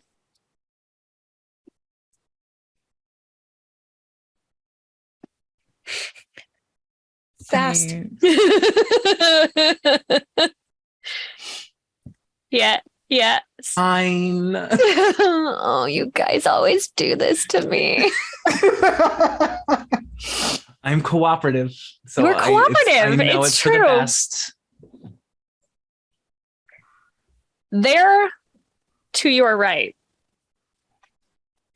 is a little chocolate stream that you can hop in and ride down to the base of the mountain you are on. I am going to ask for a shoes roll from everybody just to make sure that we make it down without mishaps. I don't think anybody's kind of shoe is going to help in this. Tell me. I can wade through streams specifically. Oh, interesting. All right, then you can have advantage. I will let you do that. Thank you. Yeah. I got a 3. 3 is a success. 7. Babe. I got a 5 and a 6. I think I'm too busy trying to hold Bootsy up. Oh, Bootsy up. Okay. So he doesn't get covered in I got chocolate up my nose. Okay, so here is what happens. We had a 5, and we had a 3, and those are successes. And so your goat friends hop in and just like, whee, and like look really cool, and like just like they're Tokyo drifting down the side of the mountain, just like looking real cool. Wind whipping their ears back, like super cool. And Stella's like, yeah, me too, and hoists Bootsy up above her head and jumps in and immediately loses her footing, and just like ass over tea kettle, just like a constant roll, like a backwards roll as you're going down. And somehow Bootsy is just like staying on top of you, like people who are on the log roller, right? And just like everything's fine, they're not getting dirty. And you are just, by the time you get to the bottom, you're essentially like a bonbon of chocolate. Double coated. Y'all made it. And you get another lesson. Great. It's like, oh, shouldn't jump This is in a there. learning experience for Learning Stella. experience. Stella's, by the end of it, the merit badge that they are going to earn is like, don't listen to your friends. Made my own decisions. You're all at the base of the mountain that you were on. You can see the trees just like shaking as something is passing through them, and it's moving faster than any animal that you have ever seen. Do you know what that is, either of you?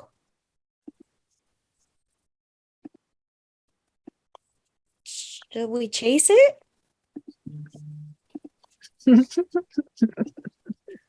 Is this what needs help? Or is it what they Need is help from? Yeah.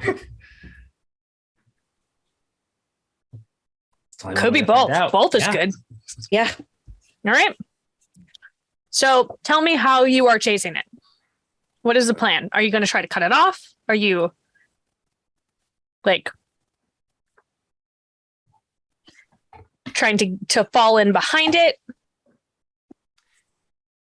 Could I? Is it like making a path around? Is it like running the same area, or does it seem to be having a? Yeah, so it's all stuck in the same place, and you know what? Shell, you're good with codes and patterns.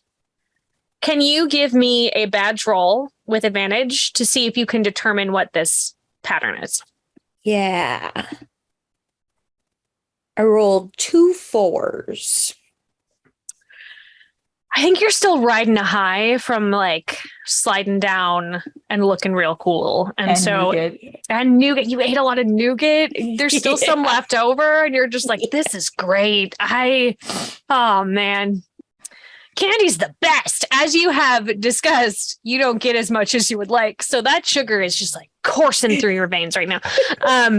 So there's no discernible pattern that you can find. So it all seems to be in the valley, but seems pretty erratic to you. Okay. Yeah. Okay. Well, if I can find a dead tree, maybe I can, as it's coming near, I can make sure it falls and it'll direct them towards you. Ooh. All right. This feels like, I think it's not hard for you to find a dead tree, or at least I think that happens a lot in woods, and as scouts, you would, without even having to try very hard, you'd be able to find one. This is going to be a backpack roll to see if you have the proper gear to knock said tree over at the proper time. But because of your knots badge, I'm going to give you advantage. Cool. A 7 would be okay here. 2 out of 5. Adds up to 7. A 5 is a success. We did it. Stella, we found your time. It's you're back. We're back, baby. And so how are you going to rig this tree? Or are you going to like manually do it? I think there's 2 ways to do it. If I have the rope, which I imagine I would. Absolutely. I can like tie it, and so it can either like catch whatever runs by it, right? As it runs through, and that will actually pull it down. Okay. To hopefully like keep it going that way, to run away from it, or to like slow it down because it's dragging a dead tree. But sure. that's my thought, I guess. Okay. Yeah. So just like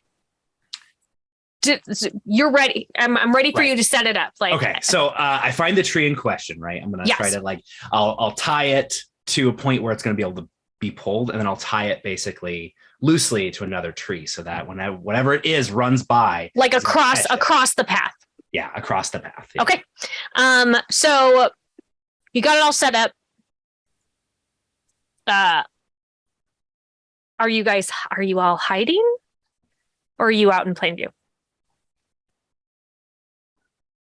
I don't think I thought to hide. What do you both think? I absolutely hid. You hid. Yeah. That's fair. Trick? I hid at the top of the tree it's going to fall because I want to experience gravity in its purest form. Trick is a menace, you guys. Bro, be careful. It's not. Bro. No, but this could be a new artwork form for me. I go into a tree that's going to fall, and I put paint on me. Okay. And where I land. Yes. Yeah. I just want you to be particularly careful because it is going to fall. I know. So I just don't want you to fall early. Right. Great. So you've all taken your places. Some perhaps more ill-advised than others. And you hear like a rumble of something coming closer. And this big like mechanical contraption comes out of the woods and runs into the rope that you have tied up, and just like rips that tree out of the ground. Trick, give me a boots roll, a shoes roll, please. Oh, goodness. We're looking through for a 3, 4, or 5. I got a 4. Woo! You are so agile. You land on top of this contraption. And it's sort of like, when you're like pushing something that has a motor or something, you hear something that has a motor and it gets like stuck on something, and you hear that like it's doing that as it's going, because it's like the tree sort of, it's attached to the other tree, which was healthy enough that it didn't come out of the ground. And so it sort of like pushes it in a different direction. And Trick, you look down and there is like a cockpit in it in the middle. And there's a little like gnome who's just like desperately trying to move levers and stuff around, and he looks up and he sees you and he's like, help. And he's just pushing a bunch of buttons and like stuck. It is still going. It is now going in a circle, like around the tree that it was tied to. Is this yours, bro? Like Trick gestures to the machine. He's like, That sounds like a no. Okay, I want to do our group greeting on the machine. Are you doing it on the cockpit to get him out, or on the machine to stop the machine? On the machine to stop it, because that's way more epic. You are correct. This is a guts roll. Can I say I have that my painting badge applies to this, because I'm crushing my head into things more often than people probably should? I say yes, absolutely. This is your art form, and perhaps at this moment it's just the art of war. It's okay. I got okay, 7. 7 is a success. Yes. You smash your head down into the machinery, and it bends something just enough that like, and it was at the same time as serendipitously as the gnome hitting some button, and it like crumpled part of the outside, and it sort of like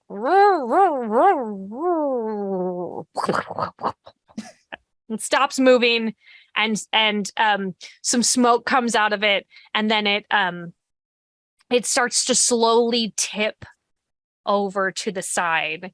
And I need everybody to give me a shoes roll to see how we all get out of the way. Oh dear. Would this be agility based? It would absolutely be agility based. Okay, great. Trick has met his match. He rolled a 9. Oh no. 3 and a 5. Double success, which here on Sarah's table I like to call a super duper success, which is not officially in the rules, but it feels to me anytime I play a polymorph game that like that sounds better to me than a critical hit. So I call it a super duper success. Yeah. And what about Shell? 5. Success. Okay. Yeah, this makes sense. You two are just like scooting out of the way as this thing topples. Trick goes flying. Still in goat form, I believe. Yes, because of the slide down on the top. So you just see like the back end of Trick like sticking out of a nearby tree with their little goat feet kicking. Just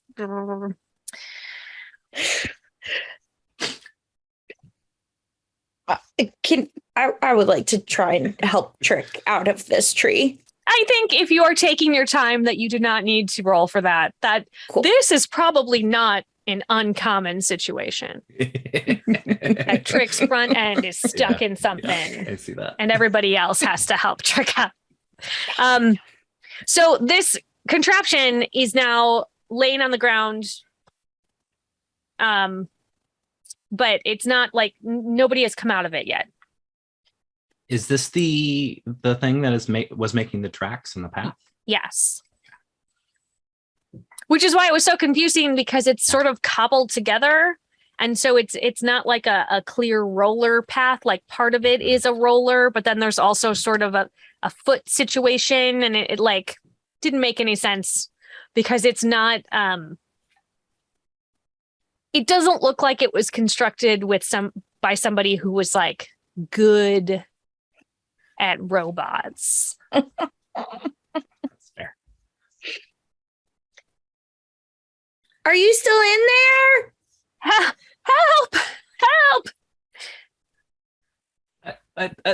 We gotta help him out. We gotta. Where's where are you? I'm over here. Well, now I think I'm on the ground, but there's a like a dome above me, but I'm sideways. So All right, Bootsy, let's go. Run over there. Is it like a glass dome? Bootsy, get it. Boots, get it. This is a guts roll. You need a 5 through 9. All right. Come on. 6. 6 is a success. How does Bootsy get through this glass? I think Bootsy starts like doing the classic, like rutting with with their foot and getting ready to like just charge it and charges it and then stops shy and then turns around and like kicks it. Clink. This is classic Bootsy. Got to use your boots for everything. Yeah. Not your head. Yeah. It breaks safely. And it clearly was safety glass or something, it's a vehicle. You have to be careful. So it sort of spider webs out and then you're able to like remove it. And this little gnome crawls out, like classic gnome, garden gnome situation. I don't know if any of you remember the cartoon David the Gnome. Yes. But like big red pointy hat, beard. And he's like, whoa, oh, thanks. Whoa, listen, I was that was very rough and I couldn't get out. And then I hit all the buttons and then it didn't do anything I wanted it to do. And then there was a problem. That sounds hard. It was hard. Also, it's a mess now, and I feel bad about that. What were you doing in there? Oh, right. Okay. So, you know about the bad guys that live in the Candy Mountain. No. What? You know the Candy Mountain right there. Yeah. There's like a wizard in there. And Is he a candy wizard? I would assume so. I don't know. I try not to talk to him. He's very scary. Anyway, he was in there and I mean, he gnome napped me and my brother to help him do some sort of wizardry. I don't know what. I don't have magic. I'm just a gnome. But he needed help moving some stuff or something, and he gnome napped us. And then, I was able to break free, but I couldn't get my brother out. So my brother, who's the smarter of the two of us, obviously he's a smart guy. He said, go for help. And so I saw this robot thing and I thought robots are helpful. So I got in the robot. I don't think you should count yourself short. I think that was a very smart. You couldn't take into account that you wouldn't know how to run a robot. Yeah, thank you. Yeah, I'm gonna definitely tell my mom about that when I get back because I think she'll be real proud of me. But did you send us a note? Oh, yeah. That was you. I sent a note. I threw a bunch of notes out. I threw a bunch of notes out from the robot. I don't know where they went, but I put them in bottles because I had bottles. I drank all the soda pop, and then it was empty. And so I put a little help note in there, and then I sent out like 4 or 5. Did you get all 4 or 5? I don't remember how many I did. You got 1? Okay. Well, cool. So now there's 6 of us, so we can go in and help my brother, right? What's the stuff on the bottom? What's the magic, the root, I don't You don't know what those are? I don't know how to read. Oh, okay. I mean, I think Okay. the buttons are probably all labeled in there, but I don't know how to read. So just kind of like did some stuff, but I don't know. Maybe it's important. What does I pull out the bottle? What's it say on the bottle? I don't know. Yeah, that's what we were just, I think that's what but we were I mean, sorry. No, it's Let okay. me rephrase. Oh, okay. What flavor soda was in here? Oh, I think that one was strawberry. It was tasty, but it did make me feel a little weird when I drank it. But Like weird how? I don't like. I did float a little. You like, as in you felt floaty, like, or you Oh, actually no, like- floated? Like my feet didn't touch the ground for a while. Oh, okay. Okay. Hey. Yeah. Mm. Yeah. Huh. Where can do you have can you drink it all? Yeah. Well, I needed the bottle, Right, of course. and so I just drank it. Just where does the soda come from? Oh, the wizard makes it. Okay. He is a candy wizard.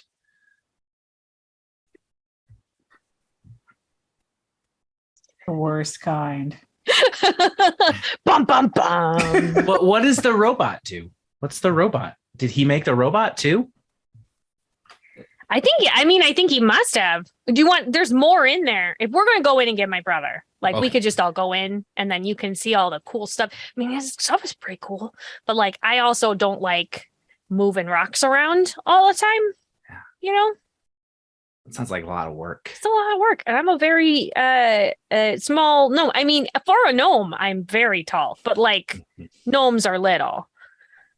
So I'm the tallest one of my family. And it's not just because I have an extra tall hat. Like everyone says it's because of my hat, but it's not just because of the hat. Like I am also very tall for a gnome.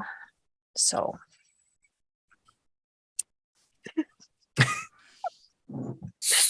So, okay. okay. So you want us? We The go six of inside. us. The six of us. Yeah. The plan is. Yeah. We're gonna go inside the mountain. Yeah. And rescue your brother from the wizard. Yeah. Yeah. That sounds, I mean, that's, Okay. There's only who's the sixth?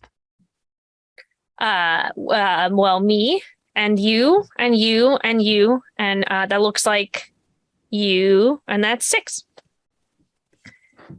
Oh, okay. I see what's happening. Okay. Okay. Not wait. No, it's okay. It's Okay. Not the gnome is not going to be earning I got his it. math merit badge. I got anytime it. soon. Hard. I got Math it. is hard. Math is hard. Math is hard. Oh, Does anyone can we figure out what this machine is for? oh. As far as I can tell, it's for making a big mess of trees, which I think it did real good. Is that Yeah, not you it? could say that. Yeah. I mean, you're welcome to check it out if you think you could know more about it, but like all of the buttons made it make a mess of trees. So I don't have my robotics badge yet, but you can you can still do a I know, I could straight try. badge roll, which is definitely a possibility if you have a 2 or a 3. Give it a roll. I think it's worth it. Give it a I'll shot. try it. That's a 1. That means that Bootsy can tell you what it's about. Yeah. Yeah. How does Bootsy go into the machine? Yeah, I think so. I think I'm like looking at it and like studying something really hard, and Bootsy just like walks over to the thing Beep, beep, beep, beep. that like very quick, easily says what it does. It's like, I found the label. Bootsy brings back something. It's like a button that maybe had like broken off in the destruction. And it says bottle cap on it. Bottle cap. Bottle cap. Okay. Is So he? No, Go go ahead, ahead. bro. No, it's like, is the wizard making potions from Candy Mountain?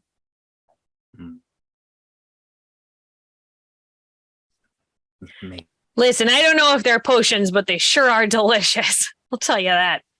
Yeah. You cut a couple of different colors. There's a strawberry one, and I got a little floaty after that one. And then there's purple. I think that's grape. It's good. It's real good. And then there's a blue one, which I think is maybe like maybe blue raspberry, which I think is funny because I have never personally seen a raspberry that is blue, but like it seems to taste like raspberry, only be blue, which is just clearly why he's magic and I'm not. But they're all real tasty, and I think there was a green one, but I didn't taste any of the green ones.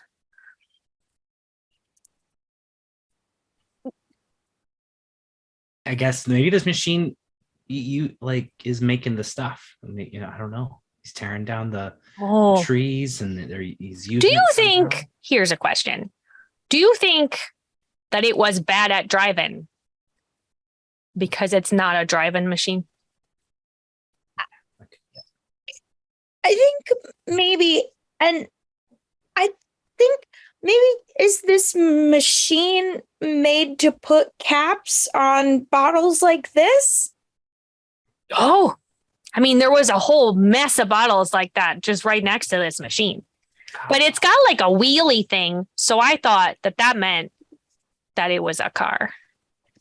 I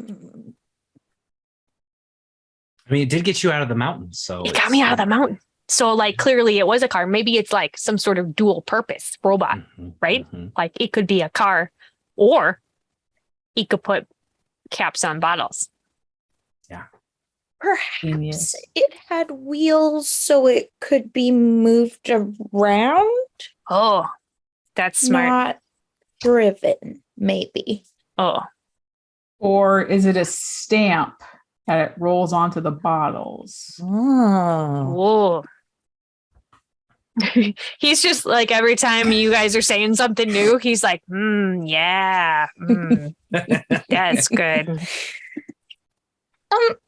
Could you tell us a little bit more about the wizard? Oh, sure. He's super tall. And his hat is not nearly as nice as my hat, you know. And he's a little scary, but like mostly because he's magic. So that's pretty scary. And then he doesn't stick around a lot, but like when he does come in, he makes sure, and he always seems to know where we are. So that's a problem, I think, maybe for everybody. There's also other people in there that he has taken. Oh. Should we maybe rescue everybody?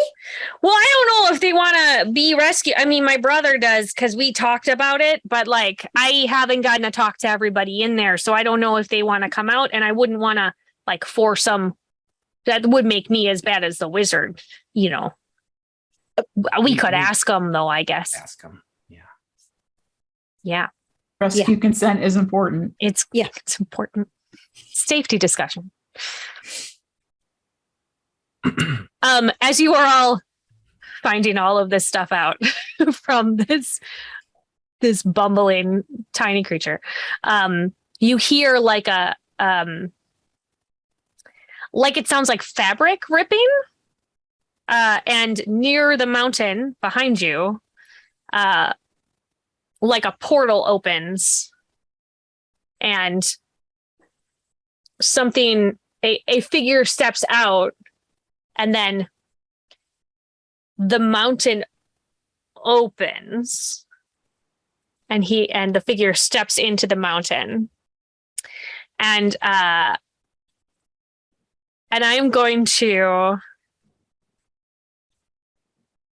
wrap us up. The three of you, no rolls needed, dash into the mountain after this. I'm sorry, the six of you. the six of you dash into the mountain. You have your gnome companion and our three scouts and Bootsy, and the mountain rumbles shut behind you.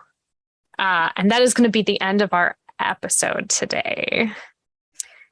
You are inside the Candy Mountain with presumably the evil candy wizard. So let's have a moment. Let's do let's do our moments of gratitude. What happened during either character build or our brief game session that was like clutch or really funny, or just like something that you really enjoyed, something that happened with your fellow role players.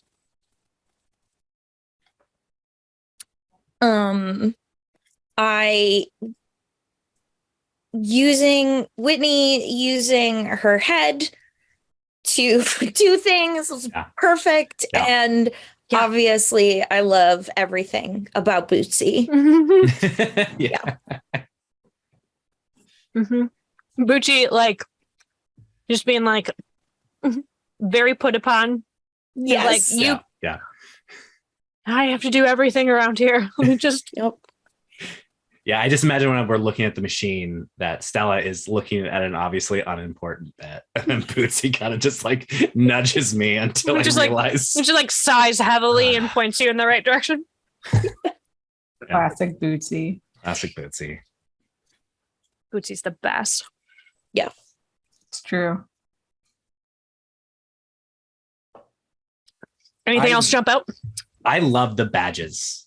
Yeah. I love that idea of they're so great. Like, proficiency, and like I just think that's amazing. That's my favorite part. Yay. Oh, because we are going to continue this adventure at some point. You each have earned a badge at the end of this adventure. I'm going to give. Okay. I'm going to give Shell surfing. Yes. Because awesome. you surfed down the river. Awesome. I'm going to give Trick. Gosh, I'm trying to figure out how to word this correctly. I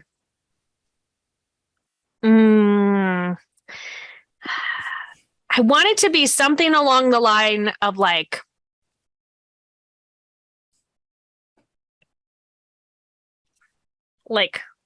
writing, because you rode, but it's maybe something about it's a new medium of art, perhaps.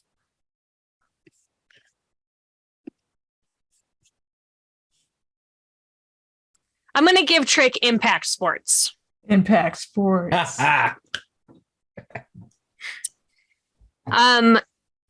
And Stella, I'm going to give you, because of setting up the trap and doing all the stuff, I'm going to give you Rube Goldberg machines.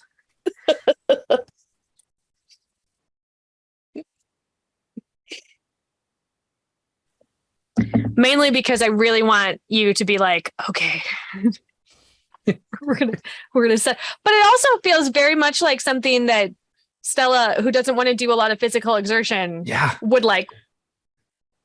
I'm going to set this up so that it brings me my breakfast in the morning, kind of situation. Yeah. Yep. Okay. Yeah, badges are dope. And so exciting to like, as a game mistress, to like think up of what I can give you. You did something really cool, and then at the end of this adventure, you get a new badge. And what is it story wise? And like, how do we get there? And yeah. Do we have any other moments before I announce where this is going? It's good. It was all good stuff. I really liked it. This is clearly not the end of this adventure. People watching at home, like, obviously, we're not just going to leave them inside this mountain. We might, actually. I mean, I am not going to purposely leave them inside this mountain. They may choose as a troop to, like, get rid of the evil candy wizard and, like, use this as their new base. I don't know. But we are going to take this opportunity to have a crossover event with our pals at 9th level. And so the conclusion of this adventure is going to be released on 9th level's YouTube in the future. And you can follow me here on my socials and 9th level on their socials to find out when it's going to happen. But like, in order for you to see what happens to our trip of goats, you have to follow not the safest path, but the most rad path over to 9th level's YouTube and check it out. Adriel, is there anything else you would like to say about the game in general before we wrap up? No. Just, you're going to want to buy it when it comes out in January. Yeah. For sure. Okay, well then let's go around the table and have everybody again tell me where we can find you, plug any upcoming projects that you have. I'm going to start with Whitney. Hi, Whitney. Hi. You can find me on Twitter at Whittledragon, WIDDLE Dragon, or on my website, littlewishproductions.com.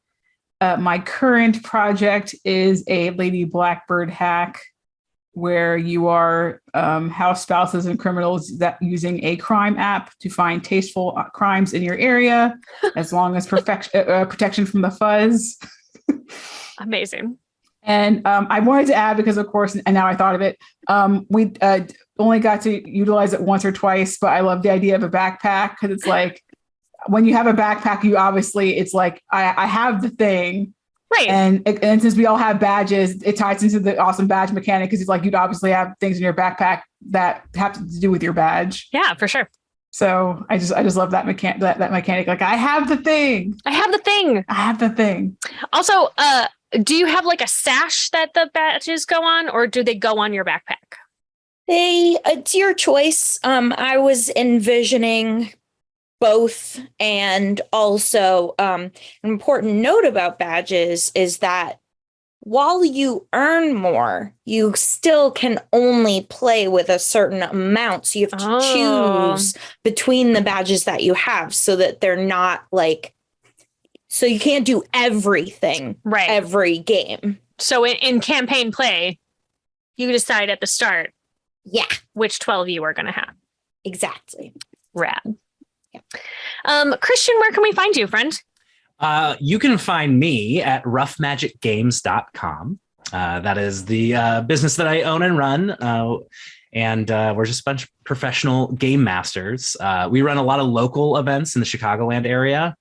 We have youth programming. We are a lot of local conventions as well. But really, we're just around to be a professional game master for those who don't want to take the time to do it themselves, or are maybe just getting into the hobby. And yeah, we're our next big project, which is not announced yet. So you've heard it here first. Oh. We don't have a date or anything yet, but we're creating an immersive experience that's going to be kind of like a dinner theater for Dungeons and Dragons. So it's going to be rad. Yeah, it's going to be rad. And if you are not local to Chicago, we also offer virtual sessions. Yes, so we do have lots of online campaigns that you can join or hire us for one shots online as well. We use all sorts of VTTs and the like. All the things. Yeah. Excellent. Adriel, where can we find you? You can find me all the places that 9th Level Games exists, at 9thlevelgames.com, and on Twitter at 9th Level Games, and on Instagram at 9th Level Games. And you can find me personally on Twitter at reindeerbee. Yeah, and that's sort of where I am. Yeah. And keep an eye out for Nancy Druid, which we're hoping is going to be released in January. And as soon as it's out and you buy it, please let us know about your troop that you have built at home. Let us know about your scout and all the misadventures that they get into. And then let us know if anybody figures out the proper way to play a scout horse princess. If you can figure that out, we're all very interested. I want to know. know. My name is Sarah Moore. You can find me on the internet at Pixies and Pins pretty much everywhere. And you can go to my website at pixiesandpins.com. And you can find me here every Friday night at 5 p.m. Pacific on Gen Con TV for Sarah's Table. Next week, I am doing another crossover with Peter Atkinson's World of Chaldea, and we're doing an Actoroki episode. And then the following week, we're kicking off a 4-episode campaign for The Crowned, which is a new RPG that I helped create. And we are in the process of launching a Kickstarter on October 10th. So everybody back it and play gods with me. And then also play horse princess scout gods with me. I'm going to mash every game I've ever played up into one game. And I'm going to do a solo RPG adventure of it. And it's going to be amazing. Yeah. Nothing's weird about that. Everything is totally normal. And it's not just my stress talking. La, la, la, la, la, la, la. Thank you all for being at my table today. It was such a treat to have you here. And I would like to thank my partner, who is my editor, for making us look pretty and making me look like I'm looking in the right direction at all times, which I don't know. That's maybe not true. I definitely am not. And I would like to thank Marcus Mays, who is our tech at Gen Con TV, who hit the go button for me tonight and is monitoring chat, and I'm sure is saying really amazing, nice things about me, because he does have to see me next week in person. So I'm sure that he's being a delight, as always. I'd like to thank Gen Con for this platform. It's really important to me that I boost the signal of indie RPGs that are made by smaller publishers or individuals, because there's just, not everybody has that D&D money and influence behind them. And that doesn't mean that their game is not amazing. So it's really important to me that we get as many games out there as possible. And thank you at home for watching. And I can't wait to make more for you. So as always, keep making art and keep being art. We will see you next time. Mwah.